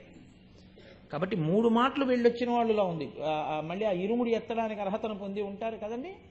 4 మాటలు వెళ్ళొస్తే చతుర్విధ పురుషార్థ సమన్వయము కనుక ఆయన ఇరుముడి కట్టడానికి ఎత్తడానికి గురు పదవి యందు నిలబడడానికి ఆయన అర్హతని కృప చేస్తారు. కేవలం అంకెని మీరు అనుకోకండి.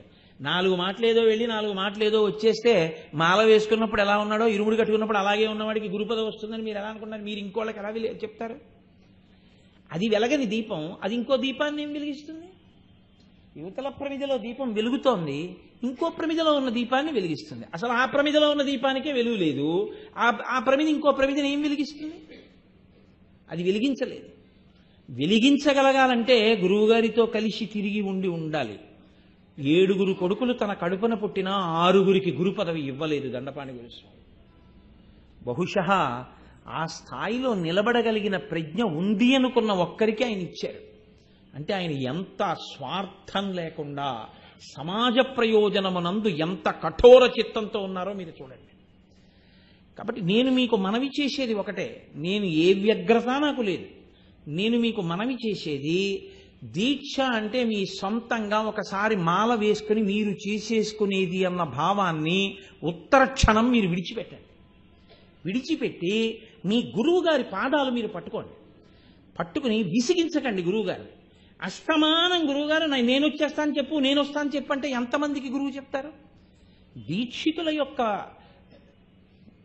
ఉత్సాహం ఎలా ఉండాలంటే, గురువుగారు మేమందరం కూర్చుంటాం, మీరు మాకు ఆచమనం ఎలా చెయ్యాలో చెప్పండి. ప్రతిరోజు సాయంకాలం కూర్చోమంటారా, పొద్దున్న కూర్చోమంటారా, ఎప్పుడు కూర్చోమంటారు? ఓ 30 నిమిషాలు కూర్చుందాం. ప్రతిరోజు స్నానం ఎలా చేయాలో చెప్పండి, ఆచమనం ఎలా చేయాలో చెప్పండి, ఎలా లేవాలో చెప్పండి, ఎలా పడుకోవాలో చెప్పండి, మాకు ఇవి నేర్పండి. మీకు ఎందుకు నేర్పరు మీ గురువులని మీరు అనుకుంటున్నారు? నిజంగా మీ గురువులకు అలా నేర్పే ఉద్దేశ్యం మీకు లేకపోతే ఇవాళ అంత తాపత్రయపడి నాలాంటి ఒక పట్టాన దొరికి వస్తానని ఒప్పుకోనటువంటి వ్యక్తిని వెంబడించి పట్టుకుని తీసుకొచ్చి కూర్చోబెట్టి చెప్పించాలని ఎందుకు తాపత్రయపడతారు? అంటే వాళ్ళకి ఉపకారం చెయ్యాలని చాలా తాపత్రయం ఉంది, అందుకోలేకపోతే అది మీ దోషమని నేను చెప్పవలసి. మీరు ఎంతమంది మాల వేసుకున్నారో వాళ్ళందరూ కలిసి అడగాలి, గురువుగారు మాకు మీరు కృప చెయ్యండి. మీరు ఇది అది అని కూడా అడగండి, వాళ్ళకి తెలిసి ఏం చెప్పాలో చక్కగా కూర్చోపెట్టి చెప్తారు. గురువుగారు చెప్పడానికి గురువుగారు పెద్ద శ్లోకాలు పద్యాలు దండకాలు వచ్చేసిన వాడేం అవక్కర్లేదు. ఆయనకి తెలుసు, విషయాలు నియమాలు అన్నీ తెలుసు. మీరు వినడానికి కూర్చోండి, ఆయన మీకు చక్కగా ఒక్కొక్క నియమం ప్రతిరోజు 30 నిమిషాలు అయ్యప్ప స్వామి దేవాలయ ప్రాంగణంలో లోపలికొచ్చి కూర్చుని ప్రతిరోజు ఇన్ని గంటలకి దర్శనం చేసుకుని కూర్చుని వినడం నేర్చుకుంటాం అని నేర్చుకున్నారనుకోండి, 40 రోజులలో మీకు గురువు గారితో కలిసి తిరగడంలో మీకు ఎన్ని కొత్త విషయాలు వస్తాయో, గురువు గారిని సేవించే భాగ్యం ఉంటుంది.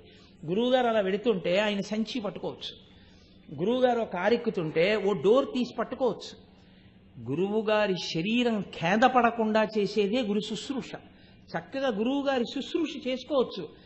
ఇవి ఏవీ లేకుండా కేవలం మాల వేసుకుని ఏదో చిన్న కాగితం పట్టుకుని అది వేద విహితమో వేదరహితమో ఏమీ తెలియకుండా ఇవి చేసేస్తే చాలు అనుకుని ఒక్కటి కర్మాచరణం కింద చేసేస్తుంటే అది గొప్ప అభ్యున్నతిని కల్పించేస్తుంది, మీకేదో మనసు మీద గొప్ప ప్రభావం చూపించేస్తుంది, కొత్తగా విషయాలు మీకు భాషించేస్తాయని ఎలా అనుకుంటున్నారు? ఏమో ఎక్కడో ఏ మహానుభావుడికో ఒక్కడికి అయ్యప్ప కృపచేత అలా భాషించవచ్చు కాక, అది అందరికీ సంభవం కాదుగా. ఆ అయ్యప్పేగా గురుస్వరూపంలో భూమి మీద తిరుగుతున్నారు. ఆయన పాదములు పట్టుకుని చక్కగా ఆయన దగ్గర నేర్చుకునే ప్రయత్నం చెయ్యండి. మీరు చేసే దీక్ష ఎంత ఉజ్వలంగా ఉంటుందో, మీకు ఎంత ఆనందంగా ఉంటుందో, ఎంత సంతోషంగా ఉంటుందో మీరు ఆలోచన చేయండి. నేను మిమ్మల్ని శాసించట్లేదు, మిమ్మల్ని ప్రార్థన చేస్తున్నాను. మీరు నేను చెప్పింది శాసనం కింద తీసుకోమని నేను చెప్పట్లేదు, నేనిచ్చే సలహా మీకు పనికొస్తుందేమో ఒకసారి ఆలోచించమని చెప్తున్నాను అంతే. కాబట్టి మహానుభావుడు అయ్యప్ప. ఇంకా నేను ఈ దీక్షా నియమములను అక్కడతో విడిచిపెడుతున్నాను. ఎందుకంటే అది ఒకసారి ఆ రుచి చూపించడం వరకే తప్ప దాని కొనసాగింపు నాది కాదు. మీకు ఆచార్యులు ఉన్నారు, వారు ఆ కొనసాగింపుని చూస్తారు. మీ యందు ఆర్తి ఉంటే ఆ కొనసాగింపు మీకు లభ్యమవుతుంది. అయ్యప్ప స్వామి మహానుభావుడు. నేను ఎందుకు ఈ మాట అంటున్నానో తెలుసా అండి? ఒక దేవతాస్వరూపాన్ని పట్టుకునేటప్పుడు ఆ దేవతాస్వరూపం యొక్క గొప్పతనం మీకు బాగా భాషించి ఉండాలి, మీకు బాగా తెలిసి ఉండాలి. ఇప్పుడు ఎవరో వచ్చి మిమ్మల్ని దేని కొరకు అయ్యప్ప స్వామి దీక్ష చేద్దాం అనుకుంటున్నావు అని అడిగారు అనుకోండి, మీ దగ్గర ఏదో ఒక స్పష్టమైన సమాధానం ఉండాలి కదా. ఎందుకు చేద్దాం అనుకుంటున్నాను? నేను అలా కొంతమందిని అడిగి చూశాను. వాళ్ళు నాతో ఏం చెప్తుంటారో తెలుసా అండి? అలా మాకు తెలిసిన వాళ్ళు వేసుకున్నారండి, నేను వేసుకుంటాను. లేకపోతే ఏం చెప్తారంటే 3 మాటలు వెళ్ళొచ్చారండి, ప్రతి ఏడాది అలవాటు, అందుకని 4వ మాట వేసుకున్నాను.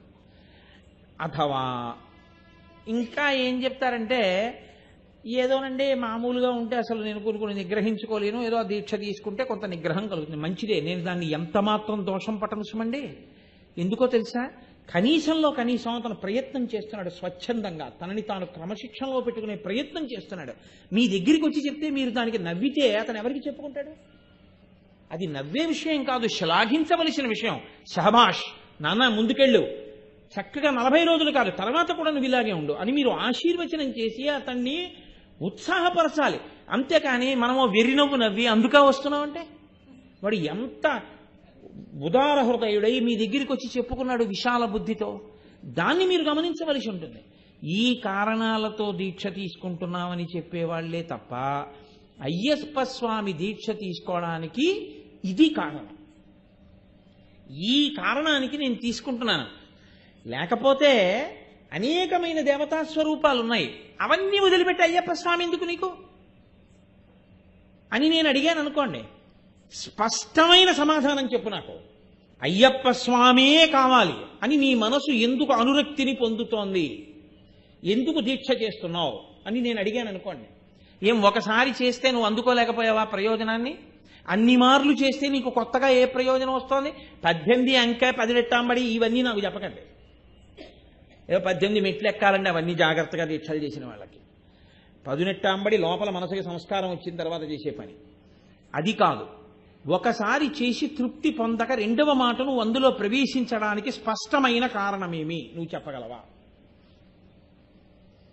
అది ముందు నీకు లోపల రావలసిన ప్రశ్న. అసలు ఆ ప్రశ్న అంటూ ఒకటి ఏర్పడితే అయ్యప్ప స్వామి దీక్ష తీసుకోవడానికి నీకు పరిపూర్ణంగా లోపల మనసుకి ఆనుకూల్యత ఏర్పడింది అని గుర్తు. అయ్యప్ప స్వామికి శాస్త్రాలలో ఉన్న పేరేమిటో తెలుసా అండి? ఆర్యన్ ఆయన పేరు. ధర్మశాస్త్ర, భూతనాథుడు అయ్యప్ప. అయితే లోకంలో ఉండేటటువంటి విషయం ఏమిటంటే కొంచెం తేలికగా ఉండేది 10 మంది పలికేది ఏదో అది ప్రచారం అవుతుంది. అసలు యథార్థమునకు మీరు జాగ్రత్తగా పురాణాల లోతులను పరిశీలనం చేస్తే స్కాందాది పురాణములను, ఆయన పేరు ఆర్యన్.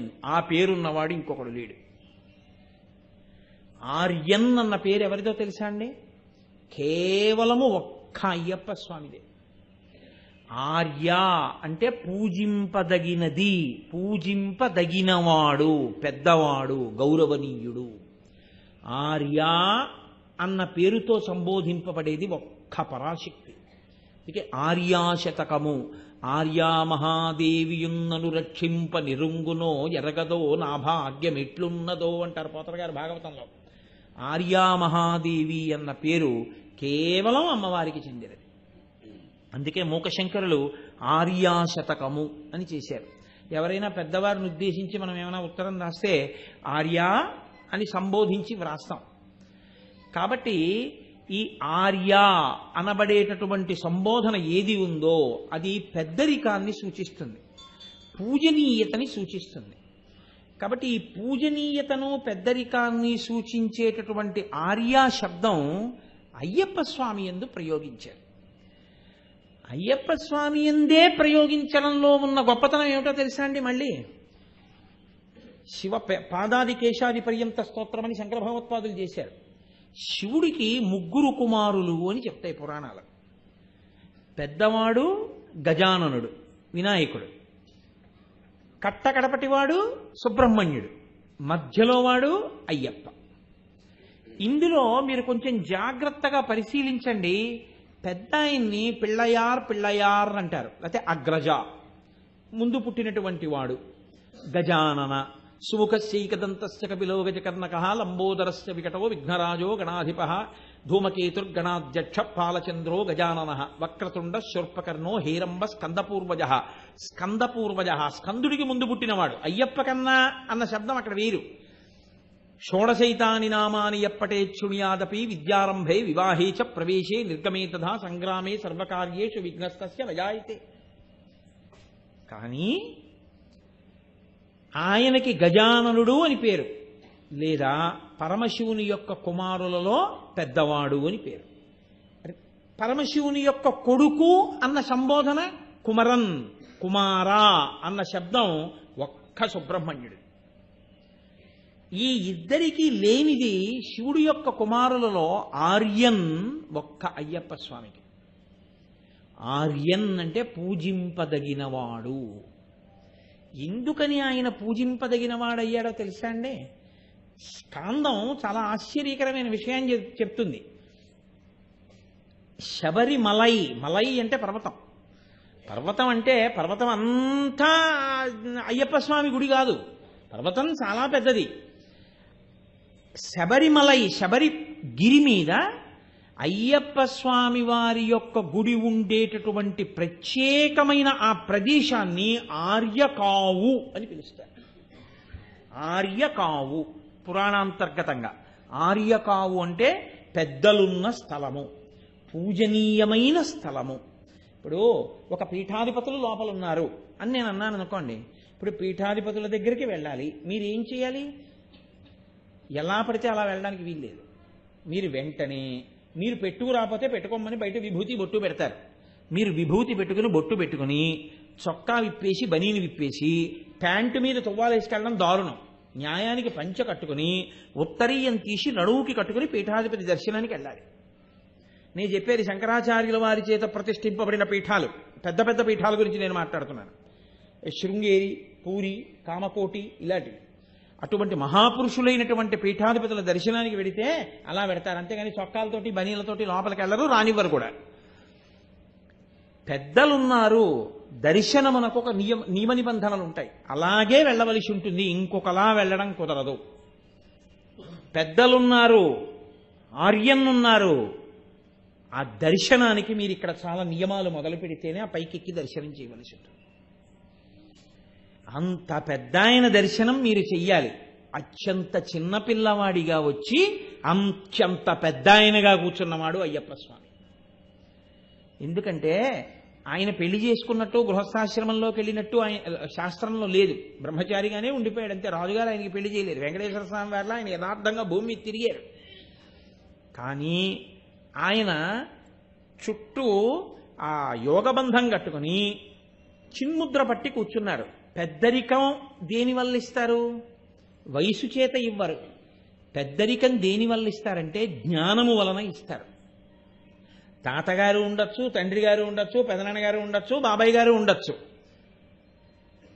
ఓ 18 ఏళ్ల పిల్లాడు బ్రహ్మజ్ఞాని సభలోకి రావచ్చు. ఇప్పుడు ముందు తాత వెయ్యాలా, తండ్రి వెయ్యాలా, తల్లి వెయ్యాలా, ఎవరు వెయ్యాలి అక్షతలంటే బ్రహ్మజ్ఞాని వేస్తాడు. వయస్సుని బట్టి కాదు నమస్కారం, జ్ఞానాన్ని బట్టి నమస్కారం. జ్ఞానమున్నవాడికి ముందు నమస్కారం ఉంటుంది. కాబట్టి ఇప్పుడు ఆయన పెద్దరికం ఎక్కడిది? ఆయన పెద్దరికం ఆయన పరబ్రహ్మమును గుర్తెరిగినవాడు. గుర్తెరిగినవాడు కాదు, ఆయన పరబ్రహ్మమై కూర్చున్నవాడు. అందుకే తత్వమసి మహావాక్యమునకు రూపకల్పనయే ఆర్యన్. అందుకే ఆయన పైన తత్వమసి అని రాసున్నాడు. తత్ త్వం అసి, అది నీవై ఉన్నావు. నేను దీక్ష పట్టొచ్చాననుకుంటున్న నువ్వు నా దర్శనానికి వచ్చానని నువ్వు అంటున్నావే, ఈ నేను రెండు కాదు ఒక్కటే. ఇది తత్వమసి. ఈ స్థాయికి నువ్వు ఎదిగి వచ్చేస్తే, ఆ స్థితికి వెళ్ళిపోతే పూర్ణాహుతి తీసుకెళ్లి కొబ్బరికాయ అగ్నిహోత్రంలో పారేస్తున్నావు. కాబట్టి నువ్వే అయ్యప్పవయ్యావు, నువ్వే పరబ్రహ్మమయ్యావు. ఈ స్థాయి వరకు తీసుకెళ్లగలరు ఆయన. కాబట్టి ఆయన ఆర్యన్, పెద్ద ఆయన కూర్చున్నటువంటి స్థానం అది. వయస్సు చేత కాదు, ఆయన యొక్క పరబ్రహ్మశక్తి చేత. అటువంటి మహానుభావుడు అక్కడ కూర్చునున్నాడు. ఇప్పుడు లౌకికం వేరు, పురాణం వేరు, ఆగమం వేరు, పూజా విధానం వేరు. పూజా విధానం దగ్గరికి వచ్చేటప్పటికి ఆయనకి భార్యలు ఉన్నారు. భార్య అంటే శక్తి. మీరు ఎప్పుడూ ఒకటి జ్ఞాపకం పెట్టుకోవాలి, శాస్త్రమునందు భార్య నిజంగా స్త్రీ స్వరూపము కాదు. అలా అయితే వినాయకుడికి సిద్ధి బుద్ధి భార్యలంటే ఓ 2 పెళ్ళాలు ఉన్నట్టు, కృష్ణుడికి 8 భార్యలు ఉన్నారంటే 8 మంది నిజంగా ఆయన భార్యలైనట్టు, పరమశివుడికి పార్వతీదేవి భార్య అంటే ఏదో ఆయనకి నిజంగా భార్యలైనట్టు, శ్రీ మహావిష్ణువుకి శ్రీదేవి భూదేవి భార్యలంటే నిజంగా ఆయనకో 2 పెళ్ళాలున్నట్టు, అలా మీరు భావన చేయకూడదు. అవి ఆయన అనుగ్రహము వ్యక్తమయ్యేటటువంటి శక్తులు. వినాయకుడికి సిద్ధి బుద్ధి అన్నాను అనుకోండి, మీకు బుద్ధినిచ్చి సిద్ధినిస్తాడని గుర్తు. శ్రీ మహావిష్ణువుకి శ్రీదేవి భూదేవి అన్నాను అనుకోండి, ఈ భూమిలోంచి వచ్చే పంట దగ్గర నుంచి భూమిలోంచి వచ్చే పెట్రోలు, బొగ్గు, ఇనుము, సమస్త సుఖస్థానములను మీకు ఇవ్వగలిగిన వాడు. భూమిని శ్రీ ఐశ్వర్యంగా మార్చి మీకు అనుభవంలోకి ఇవ్వగలిగినటువంటి శక్తి ఆయన వశంలో ఉంటాయి. కాబట్టి శ్రీదేవి భూదేవి ఆయన భార్యలు.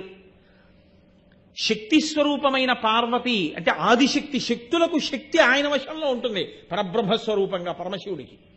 అది భార్య అంటే అర్థం. అంతేకాని మరి పెళ్లి అవ్వలేదంటున్నారు కదండి, మరి అయ్యప్ప స్వామికి భార్య ఎక్కడండి అన్న ప్రశ్న తేకూడదు.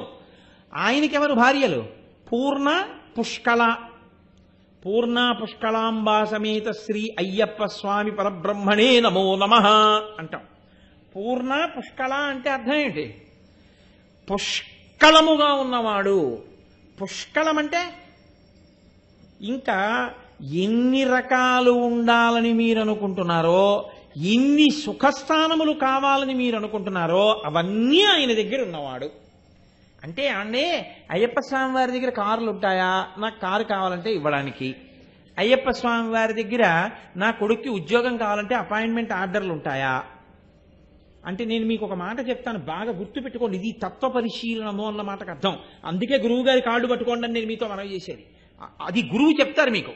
అది ఇరుముడి కట్టుకోవడానికి యోగ్యత రావడం అంటే.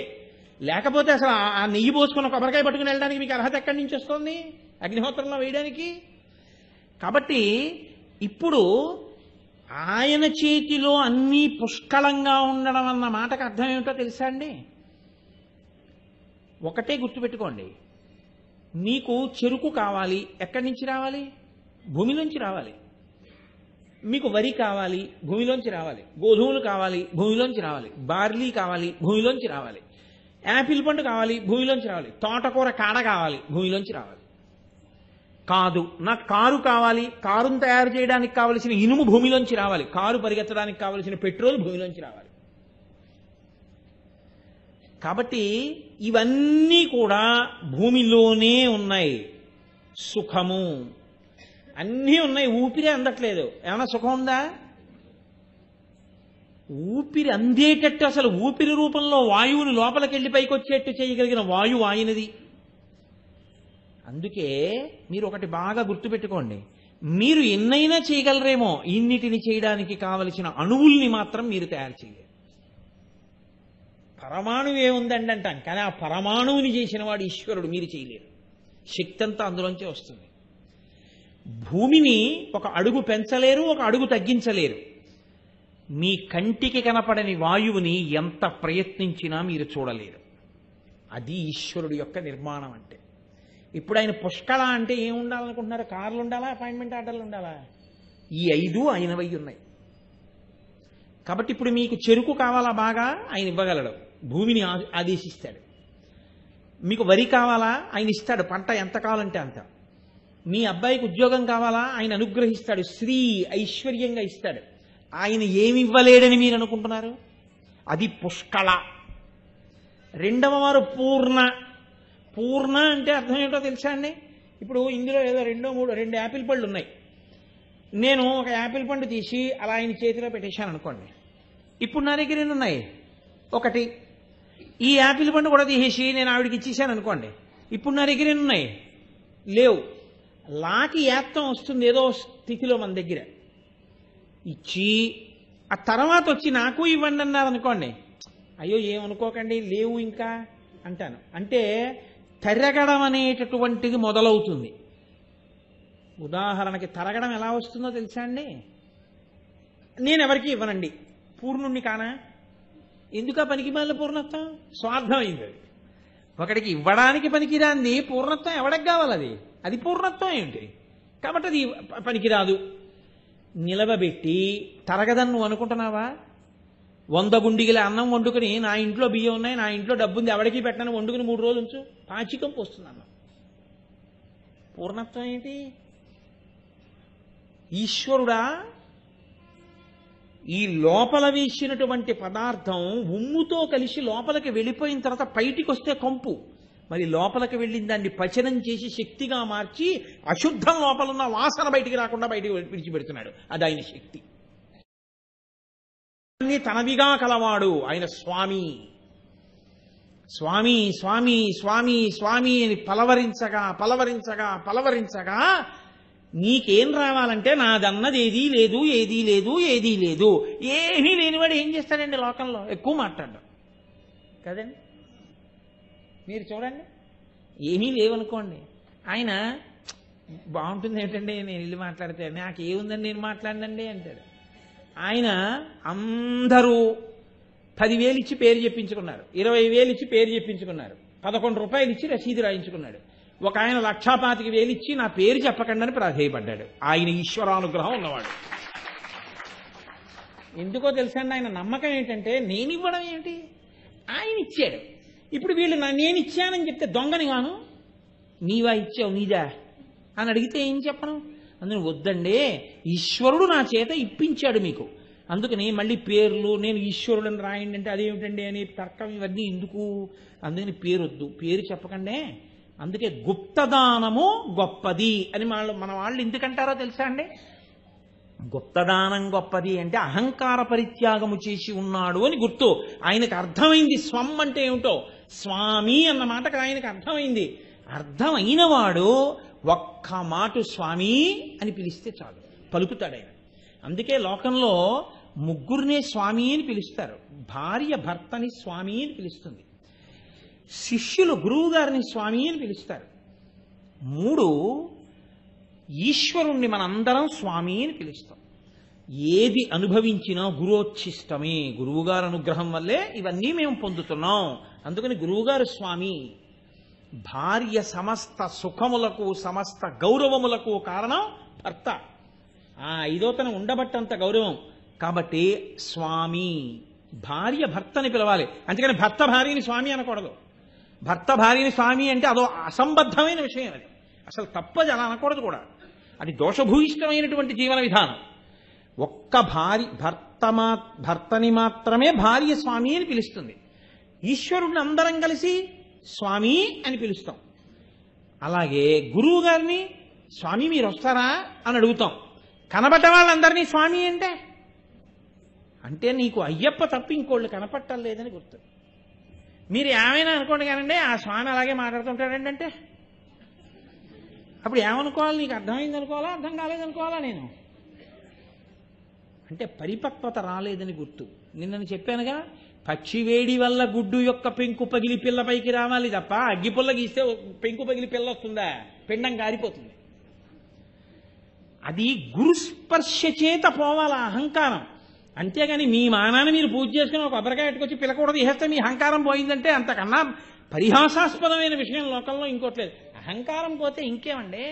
అహంకారం పోతే అయ్య బాబోయ్ అదేం సామాన్యమైన విషయం అనుకుంటున్నారా మీరు? చాలామంది అంటారు అహంకారం వదిలేయండి అంటారు. అహంకారం వదిలేయడానికి నేను పట్టుకోలేదు, అది నన్ను పట్టుకుంది. అది నన్ను పట్టుకుంది కాబట్టి ఇప్పుడు అది వదలాలి. అది వదలాలంటే ఏం చెయ్యాలి? దానికి ఇష్టం లేని దోట రావాలి, వస్తే పోతుంది. జలగని నేనట్టుకోలేదు, స్నానం చేద్దామని నేను నీళ్ళల్లో దిగాను, జలగని అన్నట్టుకుంది. ఇప్పుడు జలగని పట్టుకుని లాగాను అనుకోండి, వదులు జలగా అని జలగ సాగుతుంది తప్ప వదలదు. ఇప్పుడు నేనేం చేయాలి? ఓ కేకలేసి అరుపులే అరిచేసి నటరాజులా తాండవం చేసేసి జలగ పట్టేసిందని సాగ తీసేసి చేయకూడదు. కొంచెం ముగ్గట్టు రండి అన్నారు. కాస్త ముగ్గట్టుకొచ్చి జలగ పట్టుకున్న చోట వేసారనుకోండి, ముగ్గంటే అసహ్యం జలక్కి, వెంటనే వదిలి కింద పడిపోతుంది. అహంకారం మిమ్మల్ని పట్టుకుంది. అహంకారానికి ఎవరంటే అసహ్యం? గురువుగారు అంటే మహాసహ్యం. ఎందుకో తెలుసా అండి? ఆయన నోరుమొయ్యి, నాది ఏమిటి అవన్నీ ఆయన అంటాడు. ఆయన మీకు ఇదే నేర్పుతాడు. అందుకే గురువుగారు వస్తే అహంకారం దాక్కుంటుంది. ఆయన కూడా ఇలా అన్నారు అనుకోండి, రక్షించేవాళ్ళు లోకంలో లేదని కూర్చో.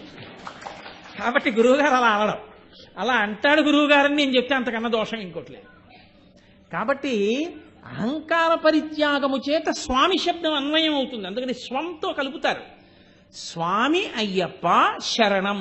శరణం అన్న మాటకి శరణఘోష ప్రీతి అని ఎందుకంటారో తెలుసా అండి?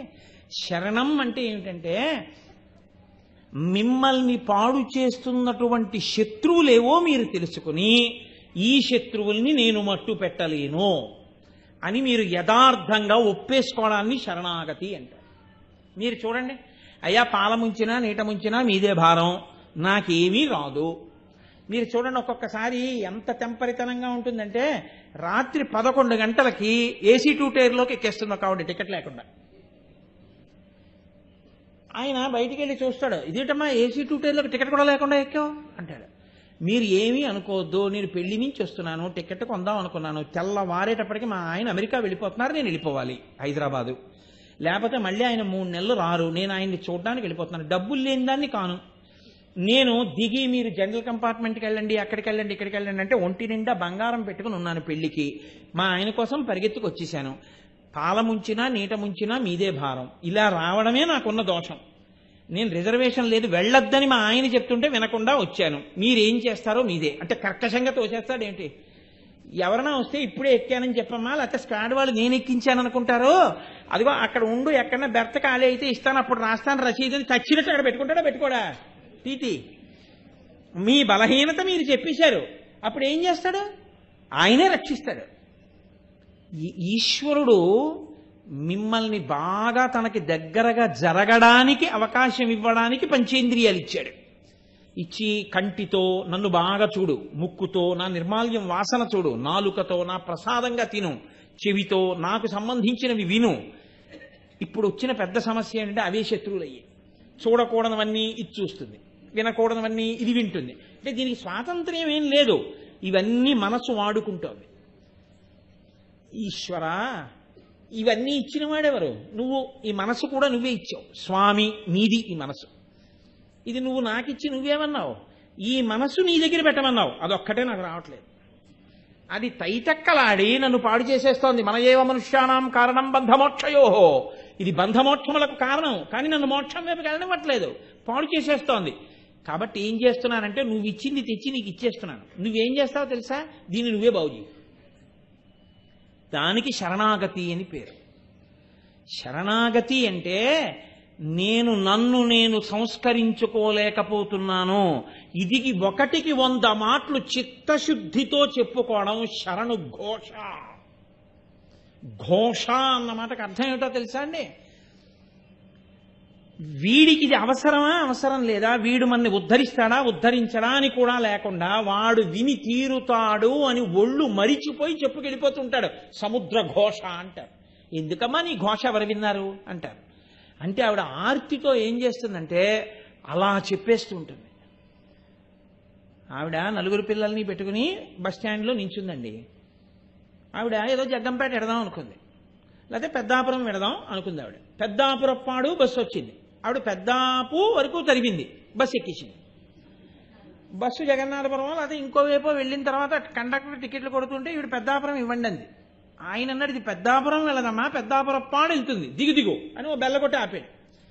ఈవిడేం చేసింది, గబోవ దిగిపోతే ఒరే రండి రండి రండి అంది. ఈలోగా ఓ ఆంటీ వస్తుంది కదా మనకి, పిన్ని కాదు అత్తా కాదు ఇంగ్లీష్లో, ఆవిడ ఒళ్ళో కూర్చోబెట్టుకుంది.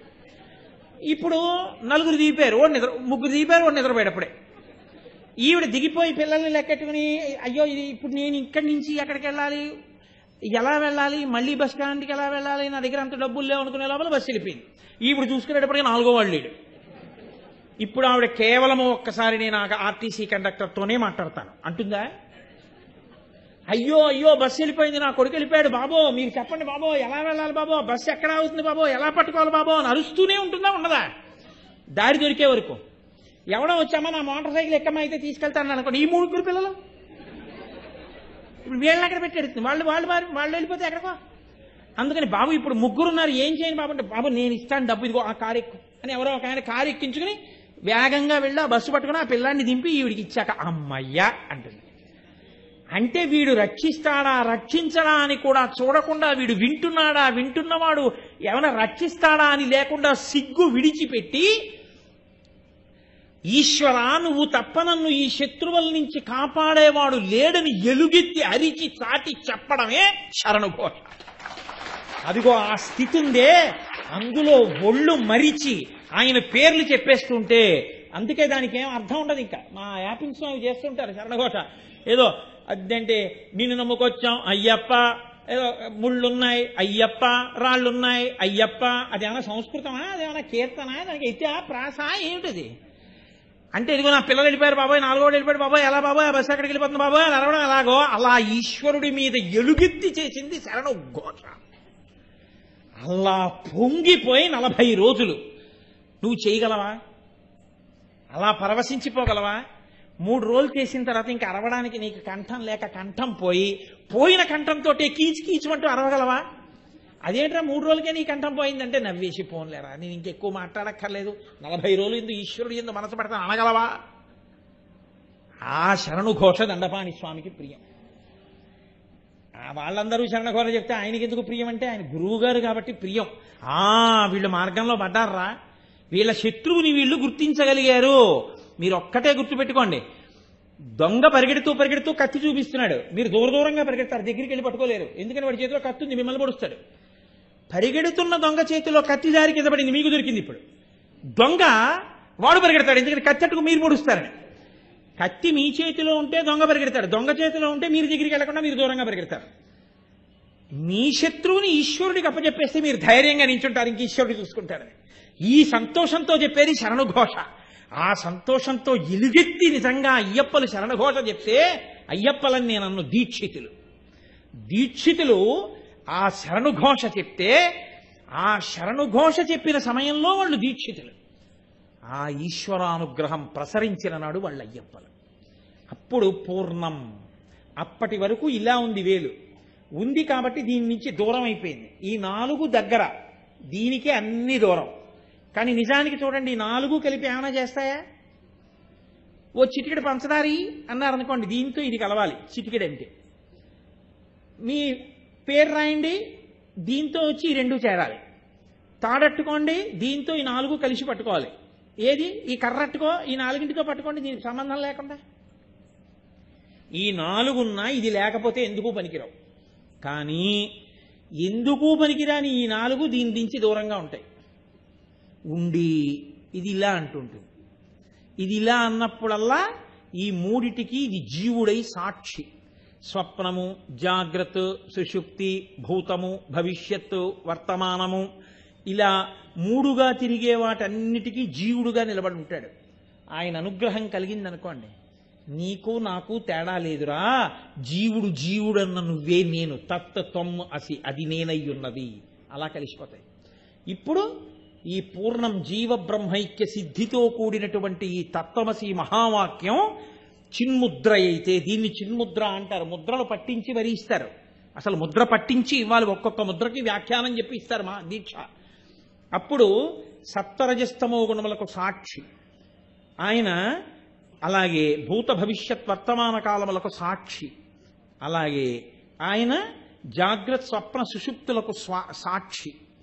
ఇలా ఈ మూడిటికి సాక్షిగా ఉండి పూర్ణమై తుది మొదలు లేని ఆత్మగా మిగిలిపోగలిగినటువంటి శక్తి మీ అంత మీకొచ్చేది కాదు, మిమ్మల్ని అనుగ్రహించి ఆయన ఇచ్చి మిమ్మల్ని ఆయనగా మార్చి ఆయనలో కలుపుకునేటటువంటి స్థితి. ఇక్కడ నుంచి అక్కడ వరకు ఇవ్వగలిగిన వాడు ఆర్యం కాకపోతే ఎవరార్యం? కాబట్టి మాకు గౌరవనీయుడు, మాకు పూజనీయుడు మా పెద్ద ఆయన. మీకు లోకంలో ఎక్కడైనా శివుడు అంటే శివుడు, విష్ణు అంటే విష్ణువు, శక్తి అంటే శక్తి, లక్ష్మి అంటే లక్ష్మి. లక్ష్మి ఎవరో తెలియనటువంటి రూపం ఒక్క అయ్యప్పి. ఎందుకనంటే ఆ పూర్వం, ఇప్పుడు నాకు అదంతా వివరంగా చెప్పే అవకాశం లేదు కానీ ఒక్క మాట మనవి చేసి విడిచిపెట్టేస్తాను. ఒకానొకప్పుడు అయ్యప్ప స్వామి ఇలా కూర్చుని తనంత తాను స్వయంభూగా వెలిశారు విజయనగర సామ్రాజ్యంలో. ఎంత చెక్కినా ఇలాగే వచ్చింది విగ్రహం. భయపడి రాజుకి వెళ్ళి చెప్పాడు. అప్పుడు ఆ మహానుభావుడు రామరాయల వారు పరిపాలిస్తున్న కాలం. రాజుకి చెప్పాడు శిల్పి, ఇలా ఉన్నారు స్వామి. అదేమిటా అయ్యప్ప ఇలా ఎప్పుడు ఉండరు, ఇలా ఉన్నారేమిటి అని అడిగారు. అడిగితే ఏదో రకరకాల కారణాలు చెప్పారు. ఒక రోజున అయ్యప్ప స్వామి రాజుగారి కల్లోకి వచ్చాడు. అసలు నేను ఇలా ఎందుకు పట్టుకుని ఉంటానో కారణం చెప్పేవాడు ఓ రోజున వస్తాడు గుళ్ళోకి. ఆయన వచ్చిన రోజున నేను ముక్కు మీద వేలు తీసేస్తానన్నాడు. సరే, రాజుగారు ఎదురు చూస్తున్నారు. ఒక రోజున అప్పయ్య దీక్షితుల వారు వచ్చారు. మహానుభావుడైన కారణజన్ముడు. ఆయన్ని, వేరొక పండితుడు ఆయన విష్ణు భక్తుడు, ఆయన్ని తీసుకుని రాజుగారు గుళ్ళోకి వెళ్ళారు. ముందు విష్ణు భక్తుడిని అడిగారు, ఎందుకు ఇలా ఉన్నారు అయ్యప్ప అని అడిగారు. ఏమిటో పరమేశ్వరుడి కొడుకు, శ్రీ మహావిష్ణువుకి కొడుకు, కానీ భూతనాథుడని పేరుంది, చుట్టూ భూతాలుంటాయి. ఏమిటానా ఈ ప్రారంధం, శివుడికి కొడుకు అవడం వల్ల నాకు ఈ భూతాలు అంటుకున్నాయి చుట్టూ అని చెప్పి ఆయన బాధపడుతూ ఇలా పెట్టుకున్నాడు అన్నారు. ఆయన ఏం తీయలేదు వేలు. అప్పయ్య దీక్షితుల వారిని అడిగారు. అడిగితే అప్పయ్య దీక్షితుల వారు అన్నారు, ఆయనకి తండ్రి పరమశివుడు, సందేహం లేదు. ఆయన తల్లి శ్రీ మహావిష్ణువు. తండ్రికి భార్య తల్లి అయిపోతుంది కాబట్టి పార్వతి కూడా ఆయనకి తల్లి అయిపోయింది, విష్ణు ఆయనకి తల్లి అయిపోయారు. తల్లికి తల్లి భార్య ఉండడం, ఇప్పుడు ఆడదానికి ఆడది భార్య ఉండదుగా లోకంలో. మరి విష్ణువు తల్లి అయితే విష్ణువు భార్య లక్ష్మి నాకేమవ్వాలి అని ఇలా పెట్టు కూర్చున్నారు ఆయన అని. అప్పయ్య దీక్షితుల వారి శ్లోకం చెప్తే తీసేశారండి వేలు. యథార్థంగా జరిగింది ఇది రామరాయల వారి పరిపాలనా కాలంలో. పరమాచార్య స్వామి వారు వ్యాఖ్యానం చేశారు ఒకసారి దాని గురించి. కాబట్టి శంకర భగవత్పాదులు సౌందర్యలహరిలో శ్లోకం చేశారు దీని గురించి. హరిస్వామారాధ్య ప్రణత జన సౌభాగ్య జననీం పురాణారీ భూత్వా పురరపిమపి క్షోభమనయత్ స్మరోపి త్వానత్వా రచనయన లేహ్యేన వపుషా మునీనామప్యంతః ప్రభవతి మోహాయమిహతాం అంటున్నాం. అమ్మా, ఏమి ఆశ్చర్యం అమ్మా, లోకంలో నీ రూపాన్నే పొందాడు శ్రీ మహావిష్ణువు నిన్ను పూజ చేసి. శ్రీ మహావిష్ణువు దేవతలకి దానవులకి అమృతాన్ని పంచిపెట్టేటప్పుడు దానవుల యొక్క బుద్ధికి మోహపరచడానికి గొప్ప అందం రావాలనుకున్నారు. లోకంలో అందగత్యలకు అందగత్య మా అమ్మే కాబట్టి పార్వతీదేవిని ఉపాసన చేశారు. పార్వతీదేవి తన అందమంతా అన్నయ్యకి ఇచ్చింది. నారాయణమూర్తి ఆవిడకి అన్నయ్యకి ఇచ్చింది. ఇప్పుడు ఆయన ఆవిడంత అందగాడయ్యాడు, మోహిని అయ్యాడు. ఆవిడ అందం చూసి రాక్షసులు అమృతం తాగడం మర్చిపోయారు. దేవతలు చక్కగా ఆవిడ శ్రీ మహావిష్ణువురా వేషం కట్టారు మనల్ని రక్షించడానికైనా అమృతం తాగేశారు. అక్కడ వరకు కథ బానే ఉంది. గొడవంతా ఎక్కడొచ్చిందో తెలుసా అండి? పరమశివుడికి ఈ వార్త తెలిసింది. ఆయన అన్నాడు, మా బావమరిదికి అచ్చు మా ఆవిడ వేషమే వచ్చింది. మా ఆవిడే అందగత్తి అనుకున్నాను. మరి నారాయణ నారాయణి, నారాయణ నారాయణికి అన్నగారు, నారాయణి పరమశివుడి భార్య పార్వతీదేవి. మా బావమరిది శ్రీ మహావిష్ణువు అచ్చు మా ఆవిళ్ళ అయ్యట్ట. ఏమో అచ్చు నీలా అయ్యట్ట మోహిని వేషంలో ఓసారి చూస్తాను అంటే అమ్మవారంది వద్దు, లేనిపోని ఇబ్బందులు, వెళ్ళకండి. కాదు, పెడతాను. సరే అయితే పద. వెళ్ళారు ఇద్దరు.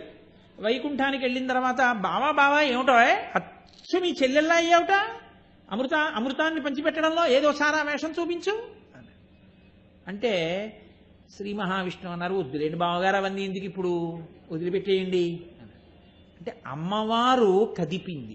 పరమశివుడి మనసు కదలడం అంటే అంత తేలికైన విషయం కాదు కదండి.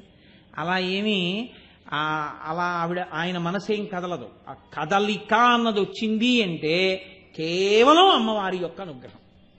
ఆవిడ కదిపింది మనసు. కదిపితే పరమశివుడు ఏం చేశాడు? శ్రీ మోహినిని చూడాలి అని తాపత్రయపడ్డాడు. శ్రీ మహావిష్ణువు మోహిని రూపంలో కనపడ్డారు. కనపడగానే అచ్చు మావిళ్ళ ఉంది అని కనపడితే వెనక పరిగెత్తేంత వెర్రాడండి పరమశివుడు. కానీ ఆయనకి అంత తమకము కలిగి విష్ణువు వెంట పరిగెత్తారు. అంత తమకము కలగకపోతే వీర్యము స్ఖలనము కాదు. కాబట్టి ఇప్పుడు పరమేశ్వరుడు యొక్క వీర్యము స్ఖలనమైంది. అందులోంచి ఒక మహానుభావుడు పుట్టుకొచ్చాడు. ఆయనే అయ్యప్ప. అమ్మా, నువ్వు నీ అందాన్ని మీ అన్నయ్యకి ఇచ్చి పరమశివుడి పరువు బజార్న పడైలా అన్నారు శంకరాచార్యులు వారు సౌందర్యలహరిలో. పురాణారీ భూత్వా పురరపిమపి క్షోభమనయత్. నువ్వు పురరిపుని యొక్క మనస్సుని క్షోభ పెట్టేశావు కదమ్మా. పరమశివుడి యొక్క మనస్సుని అమ్మవారు అలా చేస్తుందండి. ఎందుకు అలా చేసిందో తెలుసా? మహిషి అంటేనే దాని బుద్ధి అటువంటిది. దానికి ఆ దివ్యమైన బుద్ధి ఉన్నది కాదు. దానికి ఎంతవరకు తెలుసు అంటే ఈశ్వరుడు కూడా స్త్రీయో పురుషుడో నపుంసకలింగమో అయి ఉంటాడు అనుకుని శివుడు పురుషుడు, విష్ణువు పురుషుడు, కాబట్టి వాళ్ళిద్దరికీ పిల్లలు పుట్టరు. వెర్రివాడు బ్రహ్మగారు తెలియక వరమిస్తున్నాడు అనుకుంది ఆవిడే. అనుకుని శివకేశవులకు కొడుకు పుడితే చచ్చిపోతాడు. పరమేశ్వరుడికి రూపం ఏమిటి? గోధుమ పిండి ఉంటే పూరీలైనా చేసుకోవచ్చు, చపాతీలైనా చేసుకోవచ్చు, పుణుకులైనా చేసుకోవచ్చు, ఏదైనా చేసుకోవచ్చు. ఆయన గోధుమ పిండి లాంటి వాడు. ఆయనకి నామరూపాలు ఉన్నవాడు కాదు. అజాయమానో బహుజా విజాయితే అంటోంది వేదం. కాబట్టి ఇప్పుడు ఆయన ఏం చేశాడు? అమ్మవారు కదిపింది. పరమశివుడి మనసు కదిలితే తప్ప శివకేశవులకి బిడ్డడు పుట్టే అవకాశం లేదు. అందుకని ఇప్పుడు శివుడి మనసు కదిపింది. శివుడి మనస్సు కదపడం వల్ల ఆయన విష్ణువుని మోహినిగా చూసి సంతోషించారు. సంతోషించడం వల్ల వీళ్ళిద్దరికీ లోకంలో ఎప్పుడూ కని విని ఎరుగని కుమారుడు జన్మించాడు. ఆయనే అయ్యప్ప స్వామి. ఇప్పుడు ఆయన ధర్మశాస్త్ర పుట్టుకతో పరమశివుడి యొక్క కొడుకు కాబట్టి ఈశాన సర్వవిద్యానాం ఈశ్వర సర్వభూతానాం బ్రహ్మాధిపతి బ్రహ్మణోధిపతి బ్రహ్మ శివోమి అస్తు సదాశివోం. ఆయనకి ధర్మం అంటే ఇష్టం. ధర్మశాస్త్ర. లోకంలో ధర్మం తప్పిపోయిన వాళ్ళని, ధర్మం తెలియని వాళ్ళని బాగు చేయాలంటే గురువు గారితో కలపాలి. కలిపితే గురువు గారి దగ్గర ధర్మం నేర్చుకుంటారు. అందుకని ఆయన ఏం చేశారంటే, నా దర్శనం చెయ్యాలంటే దీక్షలో ఉండి నా దగ్గరికి వెళ్ళారు. కాబట్టి ఇప్పుడు దీక్ష తీసుకోవాలంటే గురువు గారి దగ్గరికి వెళ్ళాలి. గురువు గారి దగ్గరికి వెళ్తే గురువు గారు ఏమంటారు? నీ చెప్పినట్టు ఉంటావా? చొక్కా వేసుకోవడం మానేస్తావా? ఎడంభుజం మీద ఉత్తరీయం వేసుకుంటావా? పంచ గోచి పోసి వెనక నుంచి కట్టుకుంటావా? చెప్పు దీక్షిస్తాను. ఇప్పుడు ఏం చేస్తాడు? ఎందుకు గురువు గారు అలా కట్టుకోవడం? ఆయన ధర్మం అంతా చెప్తారు. ఇది 40 రోజులుగా బతికున్నంతకాలమా? బతికున్నంతకాలం. ఒక్కసారి వెళ్ళొచ్చినా ఆయన అనుగ్రహం పడితే ఏమైంది? ఓ మెట్టి ఎక్కేసావు జీవితంలో. ఇది చిట్ట చివరికి ఏమవుతుంది? తత్వమసి. కాబట్టి ఇప్పుడు ఆయన యందు శివశక్తి, ఆయన యందు విష్ణుశక్తి, ఆయన యందు ఆదిశక్తి, ఆయన యందు విష్ణు ఉన్నప్పుడు లక్ష్మీశక్తి, ఇవన్నీ ఉండడంతో పాటు ఆయన దగ్గర ఉన్న గొప్ప గుణం ఏమిటంటే భూతనాథుడు. పరమశివుడు సమస్త భూతగణముల మీద అధికారం తను అయ్యప్ప ఇద్దరికీ ఇచ్చాడు. అందుకే మీరు ఎప్పుడైనా స్కాందం లోపలికి చూస్తే ఆశ్చర్యకరమైన విషయం మీకు ఒకటి కనపడుతుంది. అయ్యప్ప స్వామి గుళ్ళోకి వెళ్ళి అయ్యప్పని ప్రతిరోజు దర్శనం చేసుకున్నా, అప్పుడప్పుడు ఆయన గుళ్ళోకి వెళ్ళి ప్రదక్షిణం చేసే అలవాటున్నా వాళ్ళని భూతాది గణములు ఆవహించవు. ఎందుకో తెలుసా అండి? ఆయన చెప్పు చేతల్లో ఉంటాయి. ఒరేయ్, నువ్వు వాడి జోలికి వెళ్ళకు అంటాడు ఆయన. వెళ్ళవు. మీకు ఉపకారం కాదండి, ఇంకంతకన్నా ఉపకారం ఏంటి? వాళ్ళు వచ్చి మీ మీద పడిపోయారు అనుకోండి, ఎన్నుంటే మాత్రం ఉపయోగం ఏముంది? వాళ్ళు మీద పడిపోకుండా ఆయన కాపాడతారు. శివుడి తర్వాత శివుడెంతగా భూతగణముల మీద అధికారం ఉన్నవాడు ఆయన. శివుడిలా ధర్మమునందు అనురక్తి ఉన్నవాడు, శివుడిలా గురువులంటే ప్రీతి ఉన్నవాడు, శివుడిలా జ్ఞానమిచ్చి మోక్షం ఇవ్వగలిగినవాడు, విష్ణువులా పూర్ణుడు, విష్ణువులా పుష్కలుడు, విష్ణువులా ఏది కావాలంటే అది ఇవ్వగలిగిన వాడు, అమ్మవారిలా శక్తి స్వరూపుడు, అమ్మవారిలా నిరంతరము ఎటువంటి కదలికలైనా కదలించగలిగినటువంటి వాడు, ఎంత శక్తినైనా ఇవ్వగలిగిన వాడు, ఇన్ని కదలికలను ఆపి లయం చేసి మోక్షం ఇవ్వగలిగిన వాడు, ఇన్ని చెయ్యగలిగిన వాడు. కాబట్టి తనలో తాను రమిస్తూ పైకంటితో కాకుండా యోగ దృష్టితో చూస్తుంటాడు. ఎవడు లోపల ఎంత చిత్తశుద్ధితో చేస్తున్నాడు, పైకి ఎంత డాంబికంగా ఉన్నాడు. నేను మీకు ఒక యథార్థం చెప్తున్నాను ఇవాళ. ఒక్కొక్కసారి ఏ దీక్ష లేకుండా అయ్యప్ప స్వామి గుడికి వెళ్ళినటువంటి కొంతమందికి, అసలు జీవితంలో అయ్యప్ప దీక్ష తీసుకొని వాళ్ళు కొంతమంది ఆ గుడికి వెడితే 50 సార్లు దీక్ష తీసుకున్న వాళ్ళకన్నా కూడా అద్భుతమైన రీతిలో అయ్యప్పని సేవించుకునే అదృష్టాన్ని ఆయన ఇచ్చిన సందర్భాలు ఎన్నో ఉన్నాయి. దేనివల్ల ఇస్తాడో తెలుసా అండి? వీడి నా దీక్ష పట్టాడని ఇవ్వడం కాదు. వీడికి ధర్మమునందు అనురక్తి ఉంది, వీడికి వేదమునందు అనురక్తి ఉంది, వీడికి నా రూపమునందు అనురక్తి ఉంది, ఈశ్వరుడి యందు అనురక్తి ఉంది. అది ఆయనకి చాలు. నీవు విష్ణు భక్తుడవైనా అయ్యప్ప భక్తుడవే, శివభక్తుడవైనా అయ్యప్ప భక్తుడవే, శాక్తేయుడవైనా అయ్యప్ప భక్తుడవే. నువ్వు ఏ రూపాన్ని భక్తితో కొలిచి వేదాన్ని నమ్మి జీవించినా నువ్వు అయ్యప్పని చేరుకోగలవు. అది ఆయన గొప్పతనం. శివకేశవుల యొక్క అభేదమైనటువంటి రూపం, అంతటి గొప్ప స్వరూపం, సమస్త దేవతా సమాహారము. అటువంటి మహాపురుషుణ్ణి సేవించడానికి జీవితంలో గురువు గారితో అనుబంధం ఏర్పడి ఆయన మెడలో మాల వేసి శ్రీరామరక్ష కట్టి చిట్ట చివర మళ్ళీ ఇరుముడి కట్టే పర్యంతం 41 రోజులు నువ్వు నాతో కలిసి ఉండవచ్చు. గురువుగారిచ్చిన మహదవకాశం. దీన్ని వాడుకుని గురువుగారితో కలిసి ఉండి జీవితాన్ని అభ్యున్నతి పదంలో నడిపించుకున్నవాడెవరో వాడు ధన్యుడు, వాడు దీక్షితుడు, వాడు సమస్తమును పొందినవాడు. అది ఒక్కసారికే లభించవచ్చు. అది మీరు గురువుని సేవించడం మీద ఉంటుంది, మీరు ఆ తాపత్రయంతో శరణుఘోష చెప్పడం మీద ఉంటుంది తప్ప అసలు ఏ ప్రయత్నమూ చేయకుండా కేవలం ఏదో ఒంటి మీద ఉన్న బట్ట రంగు మార్చడమే దీక్ష అనుకున్న వాడికి ఎన్ని మాటలు చేసినా ఊయల ఎక్కి ప్రయాణం చేసి కాశీ వెడదాం అనుకున్నవాడు కూడా అయి ఉండవచ్చు. కాబట్టి గురువుతో ఉండడానికి మీరు ఎక్కువ ప్రాధాన్యత ఇవ్వండి. గురువు గారి దగ్గర తెలుసుకోవడానికి ఎక్కువ ప్రాధాన్యత ఇవ్వండి. ఇవాళ మీకు ఒకటి తెలిస్తే రేపటికి మీ గురువు గారి వల్ల ఇంకొకటి తెలిసి తీరాలి మీకు. అదే దీక్ష యొక్క గొప్పతనం. కాబట్టి చక్కగా మీ అందరూ ఎన్నో పర్యాయములు దీక్ష వహించిన వారు, ఈశ్వరుణ్ణి సేవించిన వారు.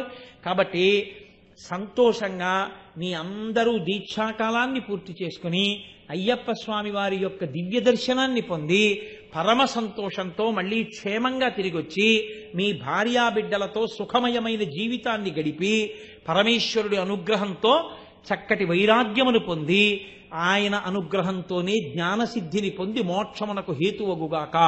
అలా మిమ్మల్ని, నన్ను, అందరినీ పరాత్పరుడైనటువంటి ఆర్యన్ సమస్త కాలమునందు అనుగ్రహించాలని ఆయన పాదములు పట్టి సాంజలిబంధకంగా నమస్కరిస్తూ నా ఈ ఉపన్యాసాన్ని పూర్తి చేస్తున్నాను. ఒక్క మాట మనవి చేసి పూర్తి చేస్తా. ఈ 2 రోజులు నేను చేసిన ప్రసంగాలు నా జీవితంలో కొన్ని వేల ప్రసంగాలు చేశాను ఇప్పటిదాకా. ఈ 2 ప్రసంగాలు నాకు ఇచ్చినంత తృప్తి నాకు ఏ ప్రసంగం ఇవ్వలేదు. ఎందుకో తెలుసా అండి? ఒక్కటే కారణం, ఎంతమంది విన్నారు, ఎంతమంది దీనికి సంతోషించారన్న దాంతో నాకు ఏ సంబంధము లేదు. నేను లోపల ఎవరి పాదములు పట్టుకుని చెప్పానో తెలుసా అండి? ఎవరు సంతోషించి ఆయన 2 చేతులు నా తల మీద పెట్టి, నాయనా నీకు అయ్యప్ప కృప కలుగుగాక, నువ్వు నమ్ముకున్న వేదము నిన్ను రక్షించుగాక, నువ్వు నమ్ముకున్న భక్తి నిన్ను కాపాడుగాక, నీ జీవితంలో ఎప్పుడూ భక్తి పతనమైపోకుండా నువ్వు మెట్లు ఇంకా పైకెక్కుగాక అని తాను శరీరంతో ఉన్నంత కాలం ఈ జిల్లాలలో అయ్యప్ప స్వామి వారి భక్తి ప్రచారాన్ని కేవలం ఏదో చేయడం అంటే చేయడం కాకుండా సశాస్త్రీయ బోధ చేసి ఆచారములకు అంత పెద్దపీట వేసి ఇంతమందిని నడిపించినటువంటి మహాపురుషుడైన దండపాణి గురుస్వామి వారి యొక్క పరిపూర్ణమైన అనుగ్రహం కోసం, వారి సంతోషం కోసం వారు ఇంకా ఉభయ గోదావరి జిల్లాల్లో నా పేరు స్మరించి నేను చేసిన సేవలు చెప్పుకొని పొంగిపోతున్నారని ఆ గురువుగారైన మహానుభావుడు సంతోషించాలని నేను ఈ ప్రసంగం చేశాను. కాబట్టి ఈ ప్రసంగాల చివర ఒక అరటిపండు కూడా పుచ్చుకోవడానికి నేను సిద్ధంగా లేను. ఏ సత్కారములు, ఏ సన్మానములు నేను పుచ్చుకోను. నాకు కావలసిన సత్కారం ఒక్కటే, మహాపురుషుడైన దండపాణి గురుస్వామి గారి అనుగ్రహం. అది వినా నువ్వు ఇంకేమైనా పుచ్చుకొని నాకు సలహా చెప్పగలిగిన వాళ్ళు ఇంకొకళ్ళు ఉండరు, వాళ్ళ కొడుకుతో సహా. మా నాన్నగారు గురుస్వామి, వారి అనుగ్రహం కాకుండా మా అరటిపండు గొప్పదని చెప్పగలరా మీరు? మీరు ఎలా ఇవ్వగలరు నాకు? కాబట్టి అది వినా నాకు అక్కర్లేదు. కాబట్టి నేను ఏమీ పుచ్చుకోకుండా వీధికి దిగి ఇంటికి వెళ్ళిపోతే నేను ఎంతో సంతోషాన్ని పొందుతాను. ఆ సంతోషం నాకు ఉండనివ్వండి. నేను వారిని ఎప్పుడూ నా మాంసనేత్రాలతో చూడలేదు, కానీ వారి దివ్యమైనటువంటి తేజస్సును చూశాను, పొంగిపోయాను. నిజంగా ఆయన గురించి చదివి ఆయనకి వేదం మీద ఉన్న నిష్ఠ, బట్ట గురించి కూడా ఆయన ఎంత తాపత్రయపడ్డారో చూసి ఇవాళ నేను ఆ పటలపన్నంలోంచి కొన్ని మంత్రముల వ్యాఖ్యానం చెప్పాలి అని చెప్పాను. కాబట్టి నాకు తెలుసని నేను దీక్షలు పట్టానని చెప్పలేదు, ఆయన తృప్తి పొందాలని చెప్పాను. పూర్తిగా నమ్మి చెప్పాను.